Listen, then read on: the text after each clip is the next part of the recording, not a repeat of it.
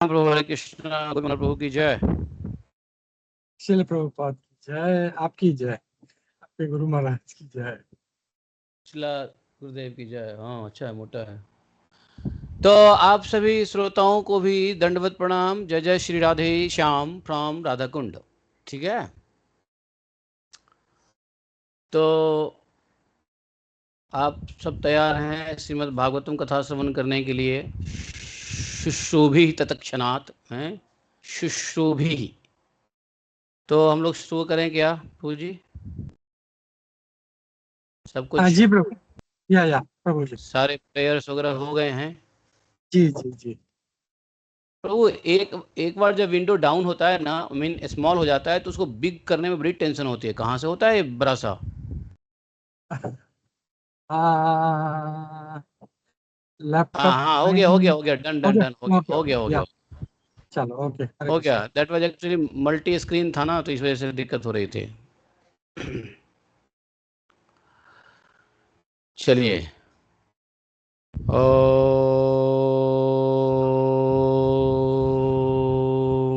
नमो भगवते वासुदेवाय। ओम नमो भगवते वासुदेवाय। ओम नमो भगवते वासुदेवाय। ओम नमो भगवते वासुदेवाय। नारायणं नमस्कृत्यं नरं चैव नरोत्तमं देवीं सरस्वतीं व्यासं ततो जयमुदीरयेत्। नष्टप्रायस्वभद्रेषु नित्यं भागवतसेवया भगवद्गीतोत्तमश्लोके भक्तिर्भवति नैष्ठिकी।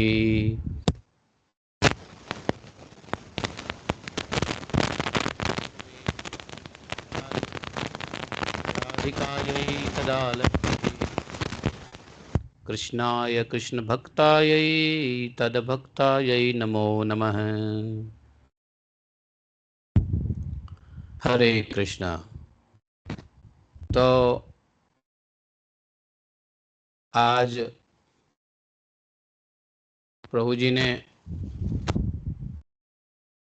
लगता है तीसरे स्कंद को समाप्त करने का ही जिम्मेदारी हमको दिया है। क्यों ऐसा ही किया ना आपने? है प्रभु? जी प्रभु, श्लोक का संख्या क्या है? श्लोक का संख्या 35 36 37 है। 36 37 कौन सा है? एक मिनट, आपका यूट्यूब, आपका व्हाट्सएप देखना पड़ेगा मेरे को। जल्दी बता दो, व्हाट्सएप देखना पड़ेगा वरना। 35 अच्छा, 35 36 37। जी प्रभु। ओ ओ, तो आपने मतलब पूरा अंत भला तो सब भला। अंत में 3 श्लोक बचा हुआ है तीसरे स्कंद का, मतलब चैप्टर का एंड कैंटो एंड है कि नहीं? ऐसा है ना? क्या बात है, क्या बात है! ये तो बड़ा अति संजोगवश आपने दिया, ये जबरदस्त। और सुनो, आपने दिया भी ऐसा है कि कोई पर्पट ही नहीं है, कोई तात्पर्य ही नहीं है। क्या बोलेगा आदमी फिर इस पे?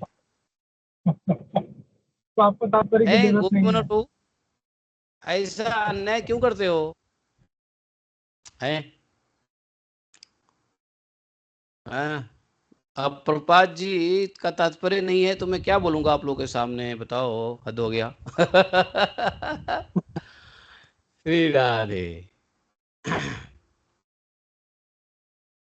तो ठीक है, भगवान जो प्रेरणा करेंगे, गुरु जी प्रभुपाद जी जो प्रेरणा करेंगे वही बोलेंगे, कोई बात नहीं है। ठीक है?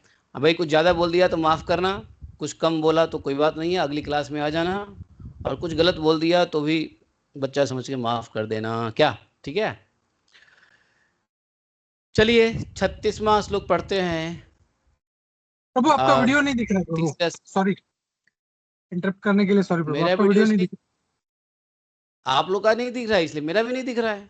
Tit for tat. हे भगवान। चलो मेरा ऑन करता हूँ।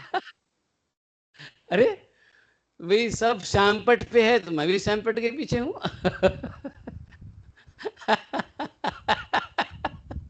तो आप तो ड्राइव कर रहे हैं, आप क्यों वीडियो स्टार्ट किया? चलेगा। नहीं नहीं आप, अरे नहीं नहीं नहीं, वो क्या हुआ, हम दिल्ली में बच्चों को पढ़ाते थे, तो एक बच्चा बड़ा नटखट था। वो पढ़ाते वक्त क्या करता था, पेन को उछालता था। तो पेन को उछालता था, तो मैं उसको बोलूं पेन मत उछाल, तो वो नहीं मानता। तो मैंने क्या किया, मैं भी पेन को उछालने लगा। तो जब मैं पेन को उछालने लगा, उसको बुरा लगा। तो तो कहता है, अरे सर जी पढ़ाओ ना, पेन क्यों उछाल रहे हो? तू क्यों पेन उछाल रहा है, तू ही पढ़।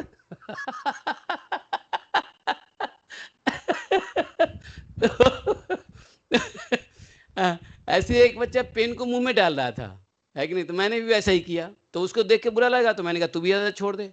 और उसके बाद से वो ना पेन उछालना शुरू किए। तो मैंने कहा देखता हूँ टिट फॉर टैट करके, जैसे को तैसा जैसा का तसा। एनीवे, चलिए। प्रभु जी टेक केयर। आप ड्राइव कर रहे हो, जरूर नहीं वीडियो ऑन करना, वो तो मैंने ऐसे ही कर दिया था। एतत् निगदितं तात यत पृष्ठो अहम तवानघ कपिलस्य च संवादो देवहूत्याश्च पावनः। एतत् निगदितं तात यत पृष्ठो अहम तवानघ, तव अनघ, इसको ऐसे पढ़ सकते हैं, यत पृष्ठो अहम तव अनघ कपिलस्य च संवादो देवहूत्याश्च पावनः। य इदं मनुष्णोति योऽभिधितते कपिलमुनेः मतमात्मयोगगुह्यम् भगवती कृतधिः सुपर्णकेताव उपलभते भगवत पदारविन्दम्। य इदमनुष्णोति योऽभिधीतते कपिलमुनेः मतमात्मयोगगुह्यम् भगवती कृतधि सुपर्णकेताव उपलभते भगवत पदारविंदम। एक और श्लोक था क्या? 36 और 37 पढ़ लिया। एक और श्लोक है, 35 भी है। ओके। आस्ते योगम समाधाय सांख्या आचार्य अभीष्टुतः त्रयाणामपि त्रयाणामपि लोकानां उपशान्त्यै समाहितः आस्ते योगं समास्थाय सांख्य आचार्यैः अभीष्टुतः त्रयाणामपि लोकानां उपशान्त्यै समाहितः। देखो, आस्ते योगम समास्थाय, आस्ते मतलब रहता है, रह रहा है। जैसे हम आपसे पूछेंगे कि भगवान कुत्र आस्ते, आप कहाँ रह रहे हो, वही यहाँ पे है। आस्ते रह रहा है, योगम समास्थाय योग अभ्यास करके, सांख्य दर्शन के महान शिक्षकों द्वारा पूजित तीन भी लोकों के उद्धार के लिए समाधि में स्थित। यहां पर जब कपिल देव भगवान माता देवहूति को सांख्य योग का उपदेश दे दिया, या ऐसा कह लो जिस उद्देश्य के लिए भगवान का अंश अवतार के रूप में आए थे कपिल भगवान, वो कार्य कंप्लीट हुआ।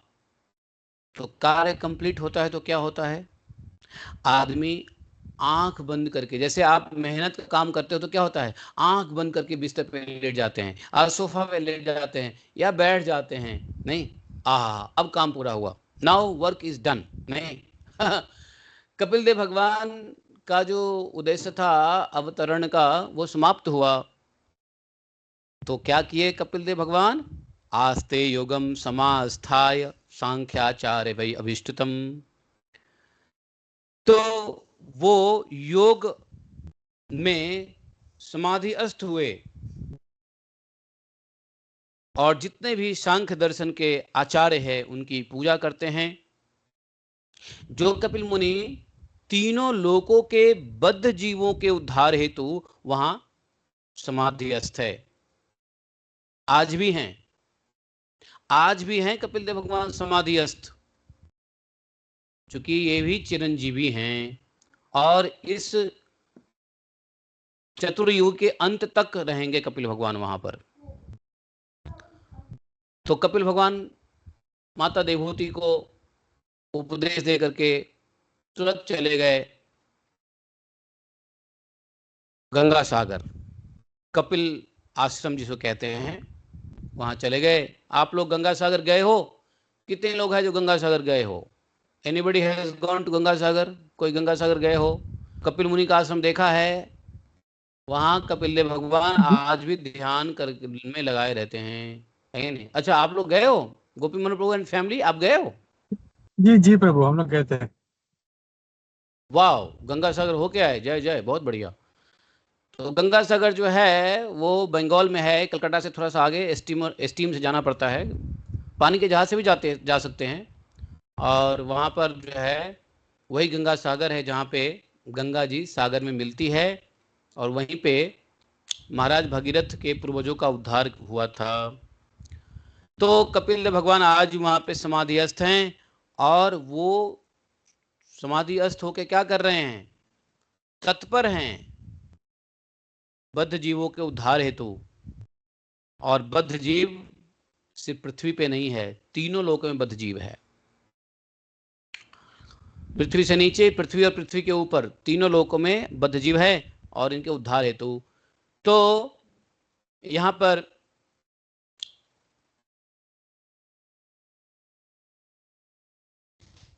कपिल यहां पर जो है ये कौन कह रहे हैं? सुखदेव जी कह रहे हैं, है ना? तो सुखदेव जी ने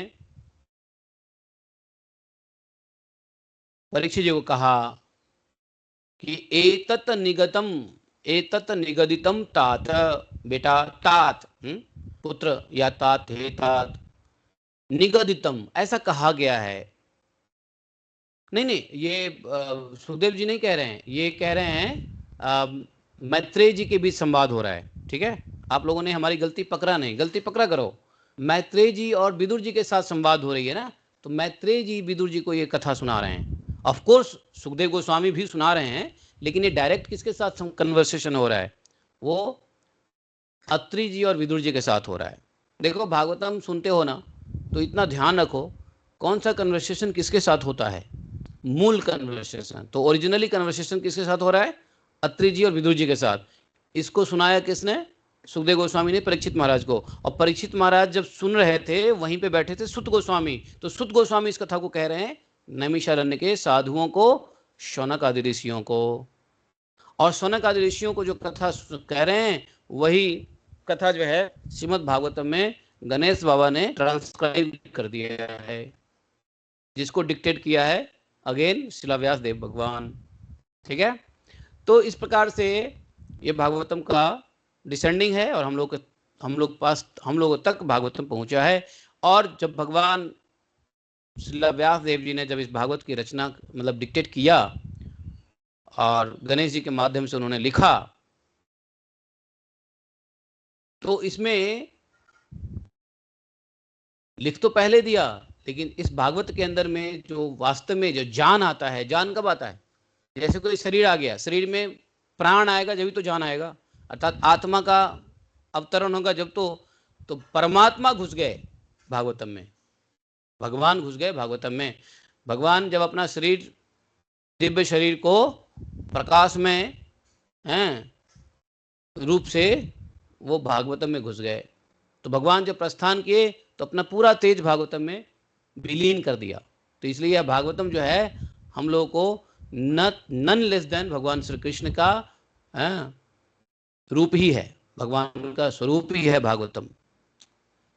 तो भागवतम की रचना तो पहले हो गई, लेकिन भागवतम का प्रभाव नहीं आया। जैसे प्रकृति का निर्माण हो जाता है, सारे तत्व आपस में मिल जाते हैं, लेकिन आपस में मिल करके भी उसके अंदर चेतना नहीं आती है। तो क्या होता है उसमें चेतना कैसे आता है? जब ब्रह्म तत्व आते हैं, जिसको बोलते हैं ब्रह्म पदार्थ।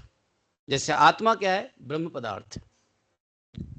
तो भागवतम की रचना तो कर दिया, लेकिन इसके अंदर ब्रह्म पदार्थ या भगवान का जो तेज है वो कब आया?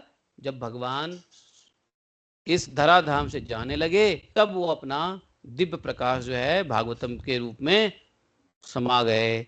और इसलिए भागवतम का कलयुग में साक्षात भगवान का साहित्यिक अवतार है, साहित्यिक रूप में भगवान ही है। भगवान, आप लोग आगे बढ़ोगे तो 11वें स्कंद में भगवान कहते भी हैं गीता में, अर्जुन उद्धव ने पूछा है तो भगवान बताया कि देखो चिंता मत करो, हाँ हमारे जाने के बाद भी हम भागवत के रूप में कलयुग में रहेंगे ही रहेंगे।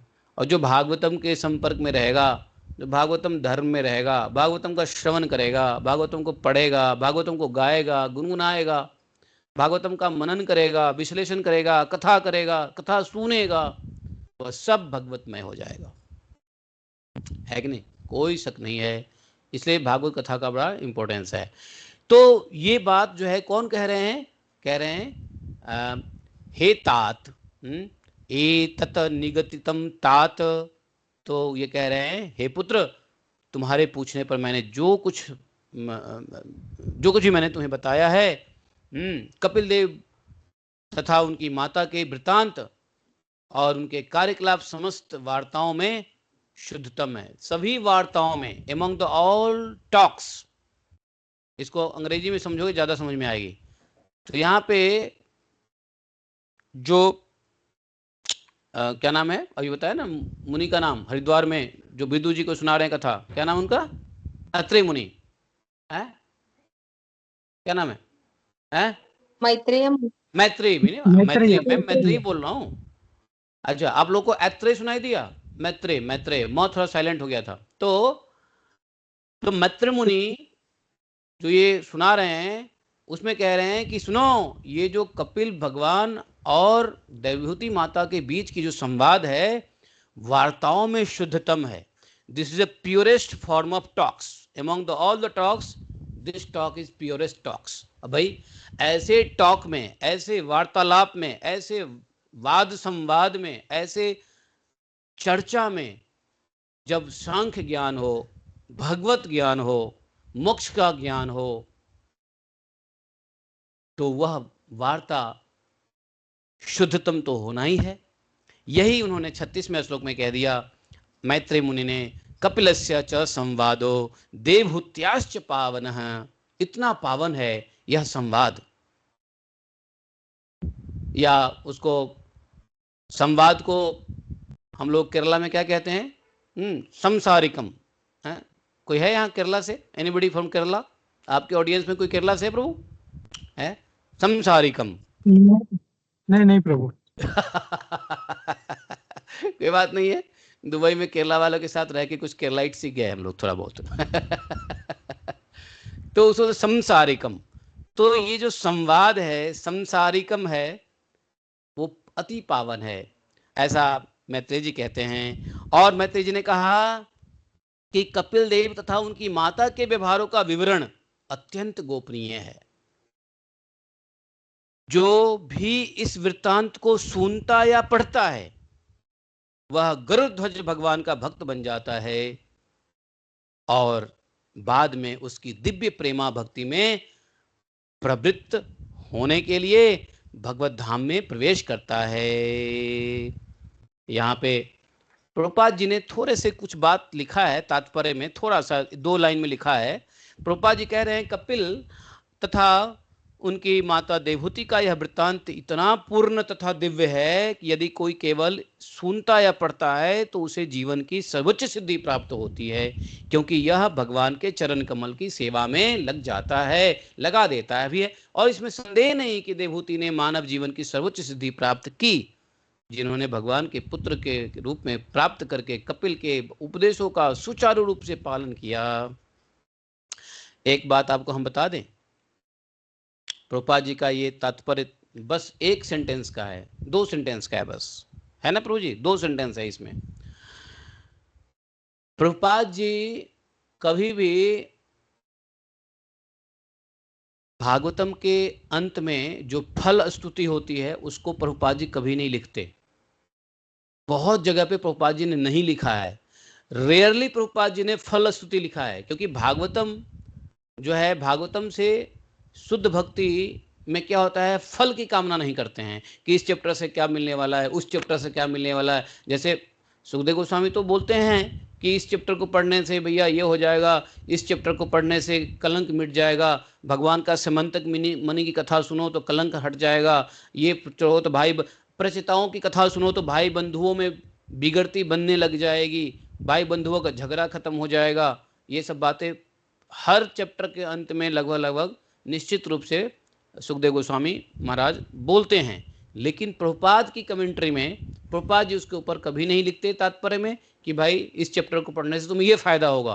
क्यों? क्योंकि प्रभुपाद जी निष्काम भक्ति जो है भागवत का मुख्य उद्देश्य है, इसको ध्यान में रखते हुए निष्काम बिना किसी इच्छा के अहेतु की प्रतिहता, बिना किसी हेतु के, तो कहीं भगवान कभी भक्तों के हेतु न जुड़ जाए, इसलिए प्रभुपाद जी ने हर परपट में नहीं लिखा है। लेकिन एक बार बताऊं, इस परपट में प्रभुपाद जी ने यह बात लिखा है कि भैया, वैसे देखो ट्रांसलेशन में प्रभुपाद जी मेंशन करते हैं लेकिन तात्पर्य में मेंशन नहीं करते हैं। क्योंकि सुखदेव गोस्वामी महाराज ने श्लोक लिखा तो प्रभुपाद जी को ट्रांसलेट तो करना ही है, लेकिन तात्पर्य में प्रभुपाद जी नहीं मेंशन करते हैं। आप देखना, फलश्रुति प्रभुपाद जी नहीं मेंशन करते हैं। मैं राइट और रॉन्ग, सही हूँ गलत हूँ मैं?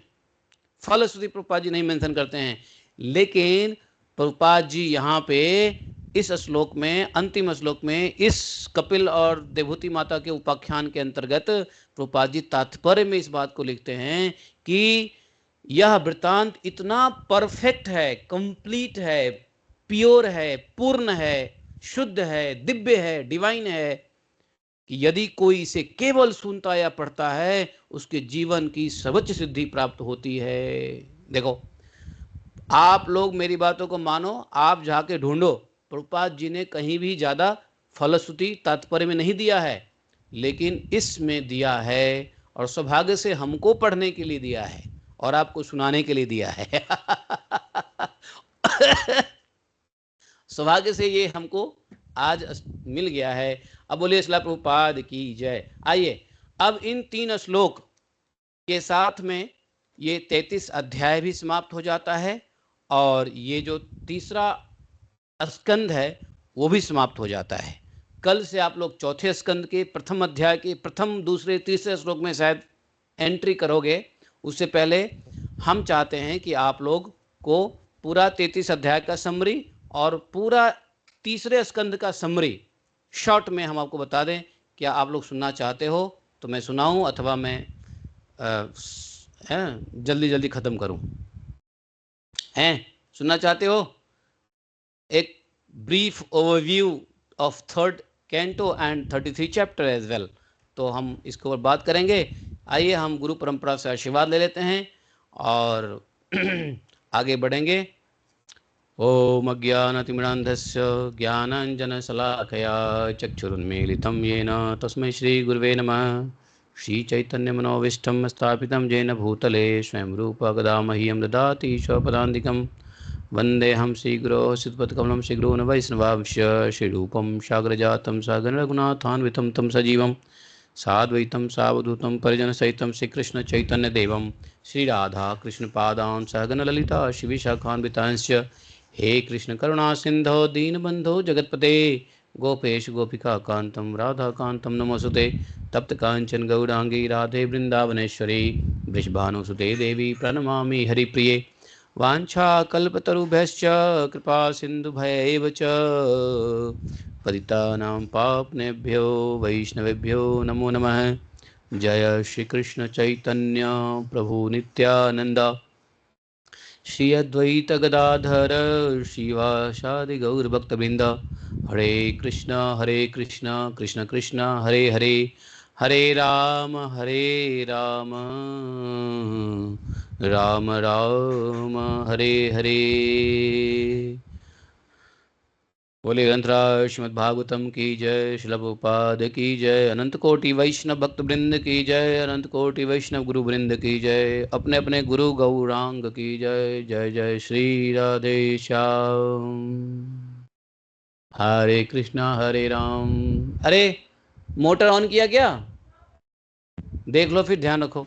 तो आइए अब हम लोग गपशप करते हैं, भागवत चर्चा करते हैं। देखिए इस अध्याय में आप लोगों ने, वैसे तो ये आप लोग पूरा अध्याय सुन चुके हो, हमें सुनना चाहिए आप लोगों से, लेकिन गोपी मनोहर प्रभु इसका इजाज़त नहीं देते हैं तो हमें ही बोलना पड़ेगा। वैसे इच्छा थी कि आप लोगों से सुने कि आप लोगों ने कितना आनंद लिया। हाँ, ये तीसरे स्कंद के खासकर कपिल उपाख्यान के अंतर्गत कितना आप लोगों ने आनंद लिया, क्या सीखा हमको भी सिखाओ, ऐसा मेरा था प्लान। लेकिन गोपी मनोहर प्रभु इस बात का इजाज़त देते नहीं। बोलने बोलने के लिए बोला, इसलिए बोलना पड़ेगा। क्यों गोपी मनोहर प्रभु, आप लोग हमें बताओगे या हम ही बताएं? तो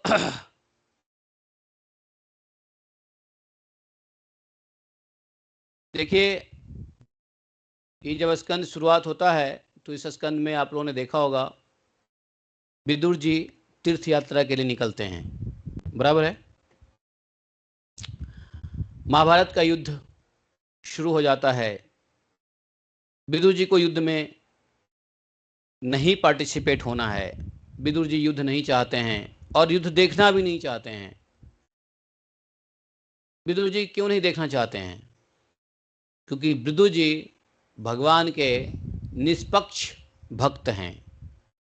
किसी की पक्ष भगवान के भक्त का एक लक्षण होता है निरपेक्ष होना, किसी के पक्ष में कुछ नहीं करना। नंबर एक, आप कहोगे तो वहाँ पे भीष्म भी हैं, तो भीष्मदेव भी तो भगवान के भक्त के महाजन ही हैं, भगवान को जानने वालों में से एक हैं भीष्मदेव। तो भीष्मदेव ने क्यों पक्षपाती किया? तो ये उनका पर्सनल मैटर है, भीष्मदेव का पर्सनल मैटर है। क्यों? क्योंकि उन्होंने अपने पिताजी से कमिटमेंट किया है, पिताजी से उन्होंने पूरे पिताजी को आश्वासन किया है कि जब तक मैं हस्तिनापुर के राज्य को सुरक्षित नहीं कर देता तब तक मैं कौरवों के साथ दूंगा। अब उनका प्रतिज्ञा है, पर्सनल होता है ना, एक पर्सनल, जैसे अभी पुरुषोत्तम महीना हुआ है तो आप लोगों ने कुछ पर्सनल नियम धारण किया होगा कि हम ये करेंगे, वो करेंगे, वो करेंगे। आप लोगों ने कुछ ना कुछ नियम तो लिया ही होगा ना, जैसे पुरुषोत्तम महीना में नहीं लिया होगा, अपना अपना पर्सनल होता है, व्यक्तिगत होता है। अब उसमें हम क्यों कहें नहीं 2 बार खा लो? तो हमने भी एक नियम ले लिया कि हम कुंड में स्नान करेंगे। जिंदगी में किसी महीने में जितना स्नान नहीं किया था उतना स्नान मैंने इस बार पुरुषोत्तम महीने में कर लिया। इस बार का यही संकल्प था कि खूब स्नान करेंगे, अधिक कुछ अधिक होना चाहिए, तो कुंड में कुछ अधिक स्नान हो जाए इस पुरुषोत्तम महीने में है कि नहीं? तो हमने कुछ अधिक स्नान कर लिया। हाँ, कुंडों में नित्य प्रति गोविंद कुंड, Mansi Ganga, Radha Kund, hair and there. तो ये जो है भीष्मदेव महाराज का अपना प्रतिज्ञा था, इसलिए वो भक्त होते हुए भी, महाजन होते हुए भी, महाभागवत होते हुए भी उन्होंने कौरवों का पक्ष लिया और भगवान के सामने, तो सब भगवान की लीला है जो भी है। लेकिन विदुर महाराज बड़े शुद्ध भक्त हैं, शुद्धता में कमी नहीं है, तो ये पक्षपाती नहीं होना चाहते हैं और इसलिए उन्होंने बाइकॉट किया युद्ध को और चले गए तीर्थ यात्रा।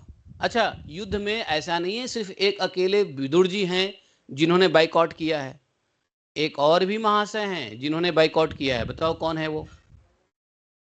और कौन है जो विदुर जी के साथ साथ उन्होंने भी? बलराम जी।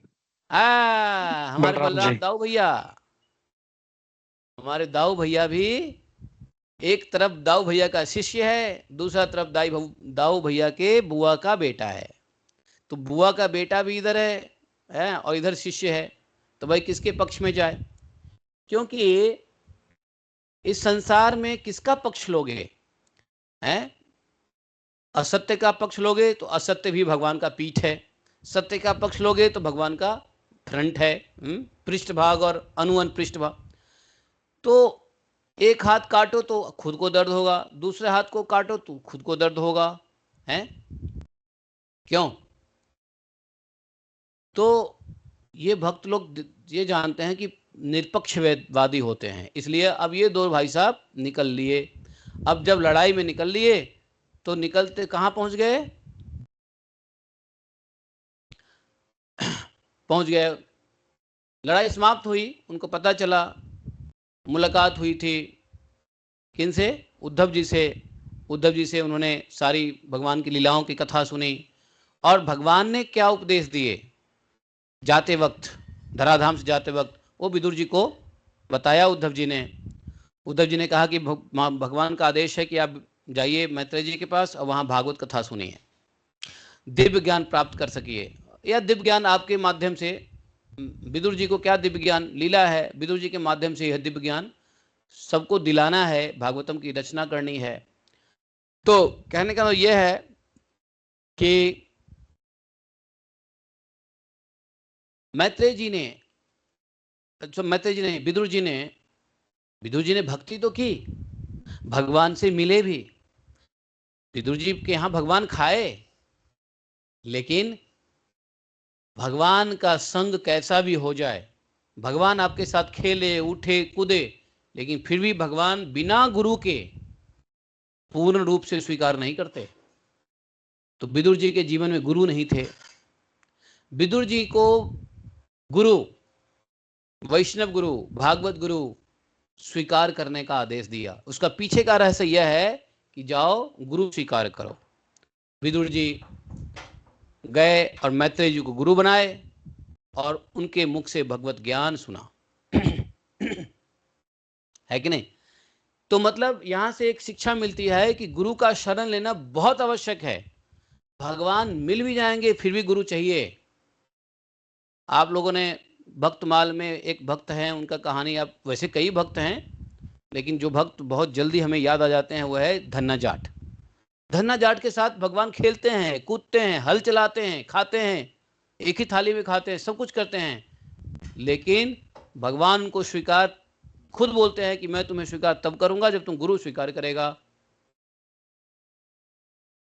तो बोले कि गुरु कहाँ मिलेंगे? जाओ तुम्हारे गुरु वहां पे है, यमुनाचार्य जी से मिलो, बताओ। अब भगवान के मिलने के बाद भी गुरु चाहिए तो भैया पहले गुरु स्वीकार कर लो। भगवान मिले ना मिले, बड़ा कठिन काम है भगवान का मिलना, इतना तप। जब भगवान मिलने के बाद भी भगवान यही कहने वाले हैं गुरु स्वीकार करो, तो इससे पहले है कि गुरु स्वीकार कर लो।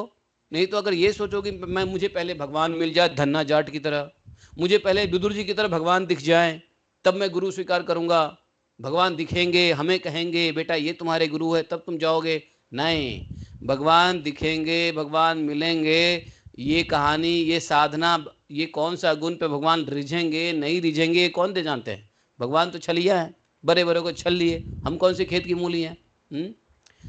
तो इस चक्कर में मत पड़े। लेकिन भगवान मिलने के बाद भी गुरु के तरफ भेजते हैं, इससे यह पता चलता है कि गुरु का शरण तो लेना ही पड़ेगा। और कैसे गुरु का शरण लेना पड़ेगा? योग्य गुरु का शरण लेना पड़ेगा, है कि नहीं?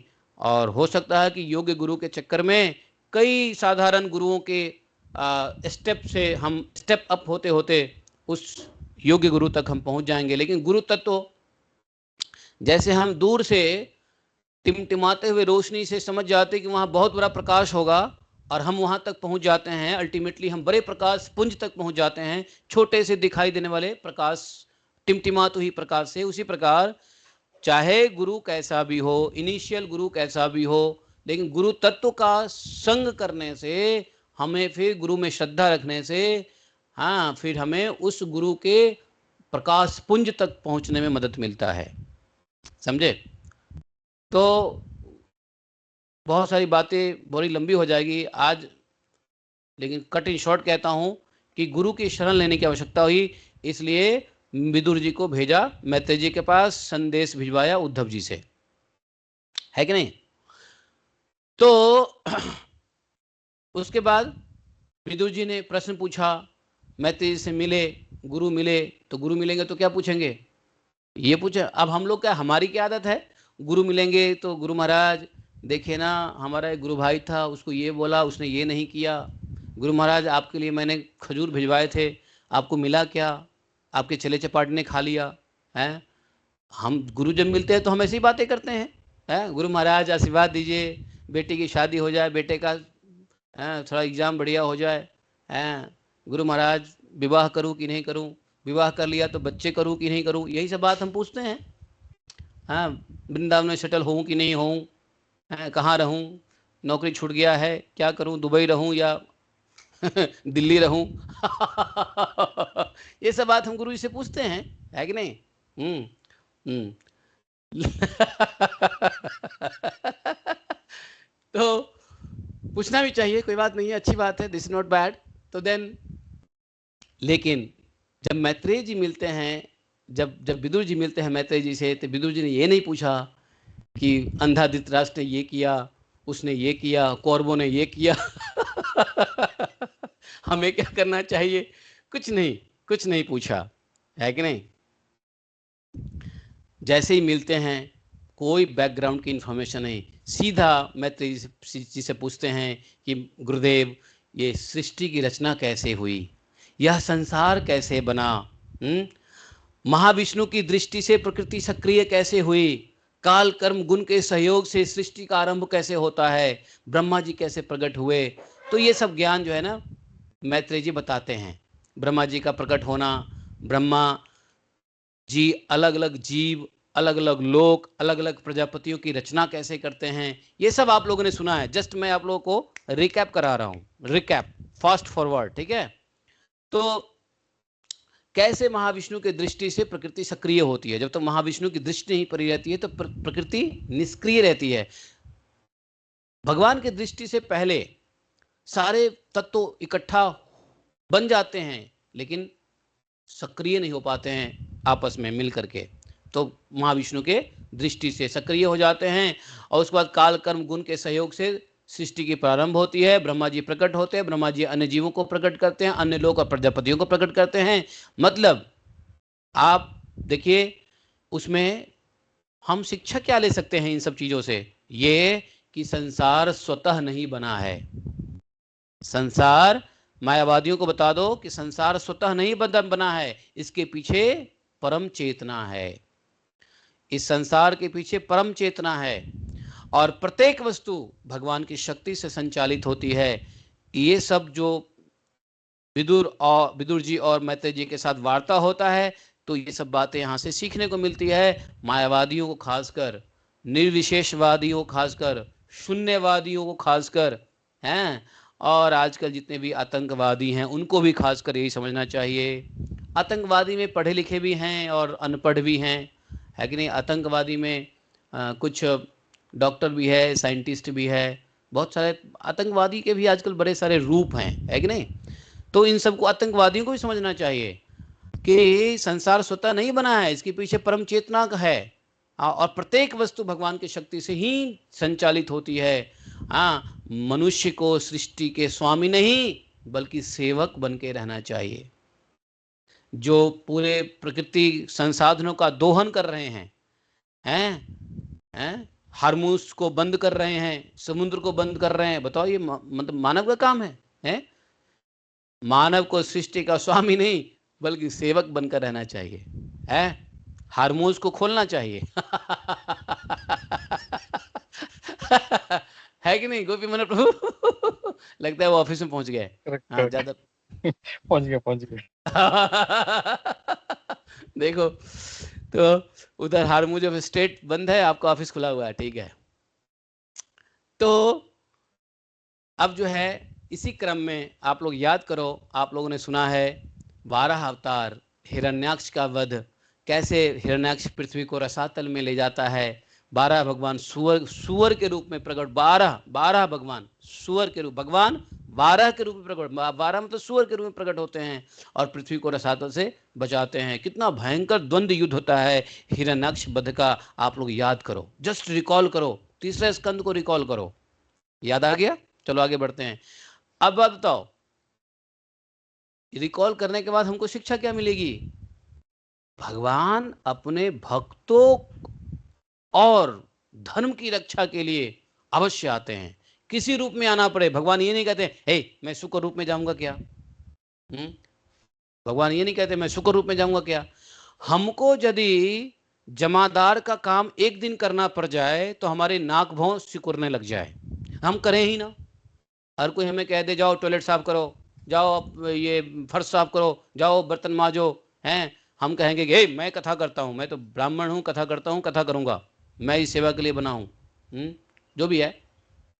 लेकिन कोई कह दे छोटा मोटा काम करने के लिए जरूरत आने पे तो हम नहीं करेंगे।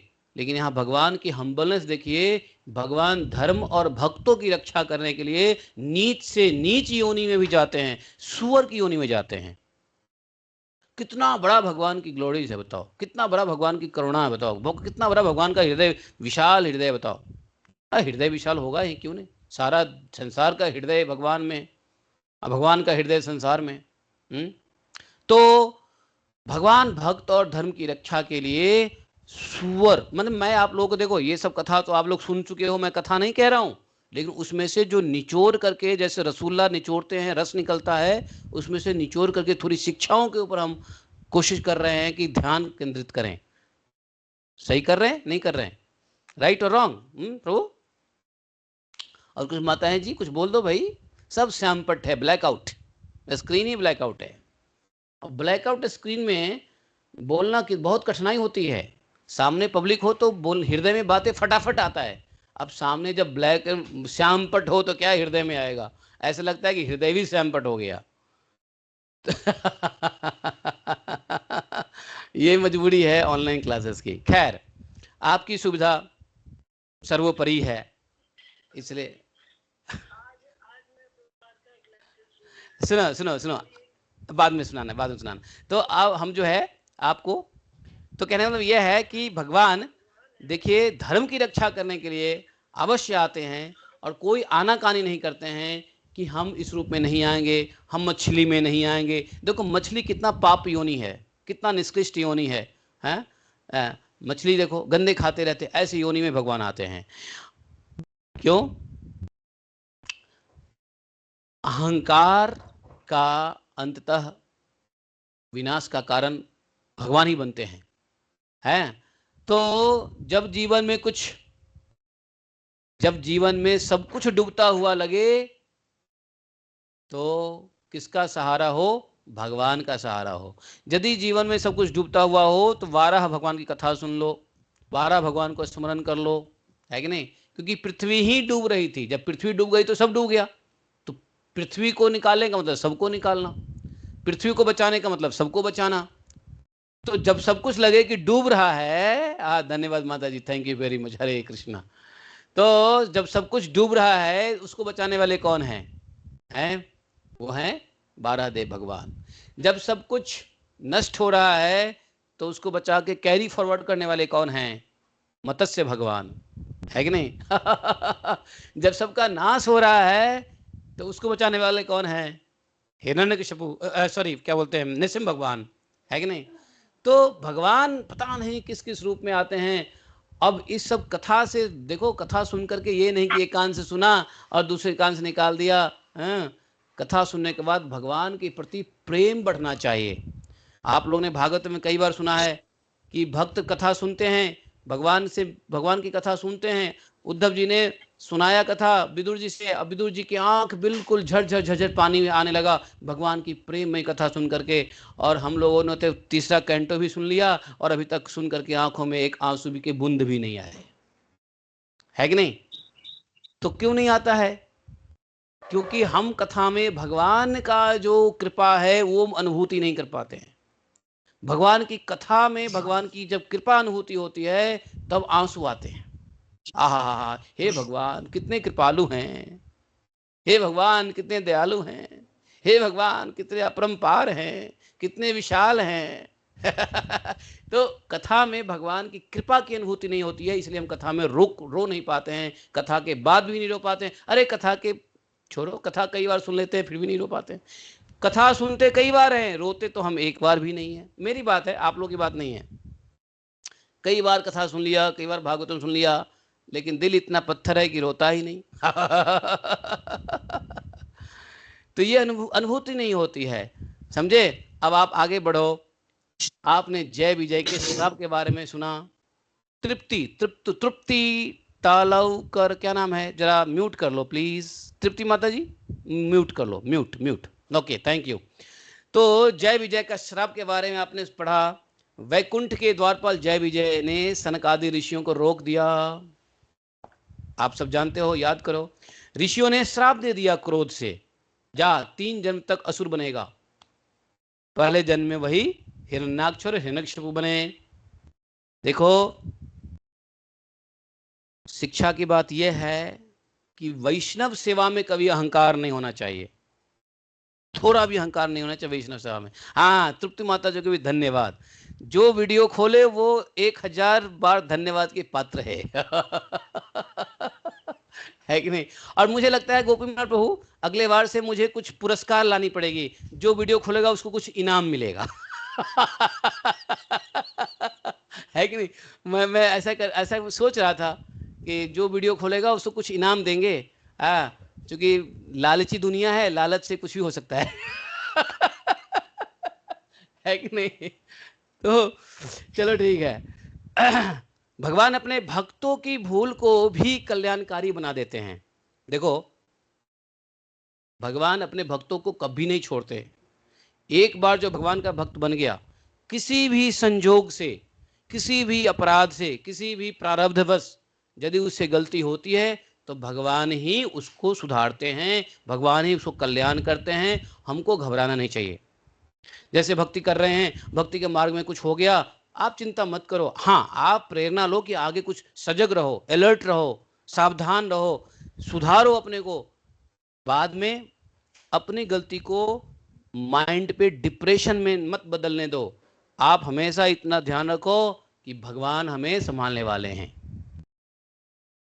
तो अब भगवान संभाल लेते हैं। भगवान अपने भक्तों की एक भूल को भी कल्याणकारी में, देखो, जय विजय का एक भूल हुआ, वैष्णव सेवा में अपराध हो गया, अहंकार हो गया, और उस भूल की वजह से 3 जन्म लेने पड़े। और भगवान ने क्या किया, उसका वह जन्म सब कल्याणकारी बना दिया। भगवान स्वयं आए, सबके साथ खेले कूदे, लड़ाई किया, मस्ती किया है, और सबको जो है पुनः अपने धाम में वापस ले गए 3 जन्म के बाद। नहीं, अंतिम जन्म आपने देखा ही है, शिशुपाल का हुआ, शिशुपाल दंतवक्त्र का हुआ। शिशुपाल को कैसे भगवान ने, हैं।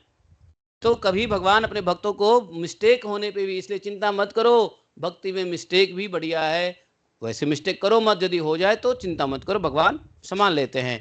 भगवान के निकट रहने वाले को भी विनम्र रहना चाहिए, मतलब अहंकार। कभी कभी क्या होता है ना, हम गुरु जी की सेवा में रहते हैं ना, तो हम अहंकार हो जाता है। जो गुरु जी से पहले हमको लोग लाके गिफ्ट देते हैं, प्रभु जी थोड़ा गुरु जी से मिलवा दो ना, प्रभु जी थोड़ा महाराज जी से मिलवा दो ना, अहंकार आ जाता है कि नहीं। तो भगवान के साथ रहने पर, गुरु जी के साथ रहने पर, संतों के साथ रहने पर हमको अहंकार नहीं होना चाहिए, है कि नहीं।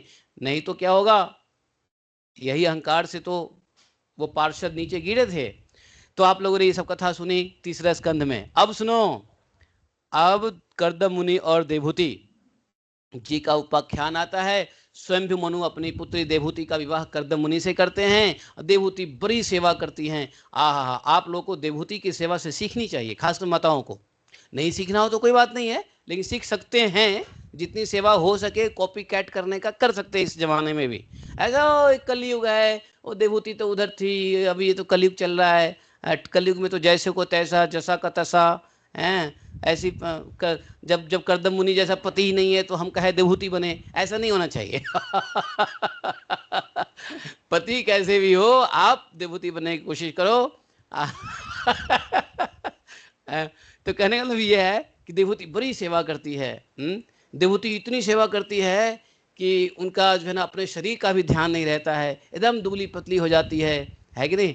है, शादी के बाद, कलयुग में माताएं शादी के बाद मोटी हो जाती है, और वहां शादी के बाद दुबली पतली हो गई, इतनी सेवा है। हमारे यहाँ तो आजकल क्या है, जब शादी हो जाए, शादी से पहले दुबले पतले रहेंगे, और शादी के बाद तो और मोटे छोटे हो जाएंगे। मतलब मोटापा मतलब सेवा नहीं हो रहा है। अगर मेरा शरीर मोटा हो गया मतलब सेवा हम नहीं कर रहे हैं। मोटा मतलब चर्बी, मोटा मतलब मेद। सेवा करोगे तो मेहनत करोगे, मेहनत करोगे तो पतले रहोगे। मोटा व्यक्ति कभी सेवाधारी नहीं हो सकता। हम जैसे आदमी सिर्फ बैठ के बातें ही कर सकता है, बल बल बल बल बल बल बक बक कर सकता है और कोई सेवा नहीं कर सकता। बाकी खाएंगे पिएंगे बढ़िया से, मोटा होंगे, तंदुरुस्त होंगे, है कि नहीं। लेकिन बस जान लो, सेवा में शरीर दुबला हो जाता है। भाई तपस्या है, सेवा तपस्या है। पति की सेवा, परमेश्वर की सेवा, गुरु की सेवा, भैया तपस्या है। गुरु जी को सोने के बाद सो, गुरु जी के जगने के बाद जगो, पहले जग जाओ, है ना। गुरु जी को क्या चाहिए ध्यान दो, गुरु जी क्या चाह रहे हैं किस समय। गुरु जी के बोलने पे आपने कुछ दिया तो 3rd ग्रेड का चेला हो गए, बिना बोले दे दो। माता करदम महाराज को देवहूति माता ऐसी सेवा करती थी कि बोलने की जरूरत नहीं पड़ता था। इशारे इशारे में सब समझ जाती थी किस समय क्या चाहिए नहीं चाहिए, है कि नहीं। और करदम माता देवहूति माता कितना जो है कमजोर हो गई, आप लोग उस उपाख्यान को ध्यान दो, है कि नहीं। अत्यंत कठोर सेवा किया। और जब एक दिन जब पता चला, ध्यान गया है, एक दिन जब ध्यान गया करदम मुनि का, अरे ये कितनी दुबली हो गई है सेवा में, है ना। तब वो प्रसन्न होकर बोले, अरे जब प्रसन्न होकर पूछे कि क्या चाहिए, तब देवहूति माता ने हाथ जोड़ के प्रार्थना किया कि महाराज आपने मुझे संतान सुख, गृहस्थ सुख हमें प्रदान कीजिए। तब करदम मुनि ने अपने पूरा ऐश्वर्य, पूरे योग शक्ति से क्या नहीं दिया, 9 पुत्रियों उत्पन्न किया, 1 पुत्र उत्पन्न किए कपिल देव भगवान, है कि नहीं। तो करदम मुनि सेवा करवा रहे हैं और ये माता देवहूति सेवा कर रही है, कोई ध्यान नहीं दे रहे हैं। यहाँ तो क्या है कि आज खाना बना, आज आपने थोड़ा प्रशंसा नहीं किया तो गाली सुनोगे। कैसा खाना बना है, सब्जी कैसी बनी है, ये बताओ दो, है। वांट एप्रिसिएशन, डेली अप्रिसिएशन चाहिए, डेली ध्यान देना चाहिए। तो क्या है, तुम ध्यान ही नहीं देते हो, अपने में मस्त रहते हो, ऐसा क्या है, ऐसा कैसा है। वहां करदम मुनि इतने साल तक कुछ ध्यान ही नहीं दे रहे हैं पत्नी के ऊपर, हैं। और एक दिन ध्यान दिया, है कि नहीं। पति की प्रसन्नता होने के बाद जो है उन्होंने मांगा, और मांगा तो सही है, प्रसन्न किया परमेश्वर को। अब उसके बाद 9 पुत्रियां हुए, 1 कपिल भगवान हुए। देखो हम सब नींबू निचोड़ के शिक्षा क्या ले सकते हैं। देखो सेवा और समर्पण से भगवान की कृपा प्राप्त होती है। ये यहाँ पे ये नहीं कहा गया है कि सेवा सिर्फ भगवान की करने से ही कृपा प्राप्त होती है।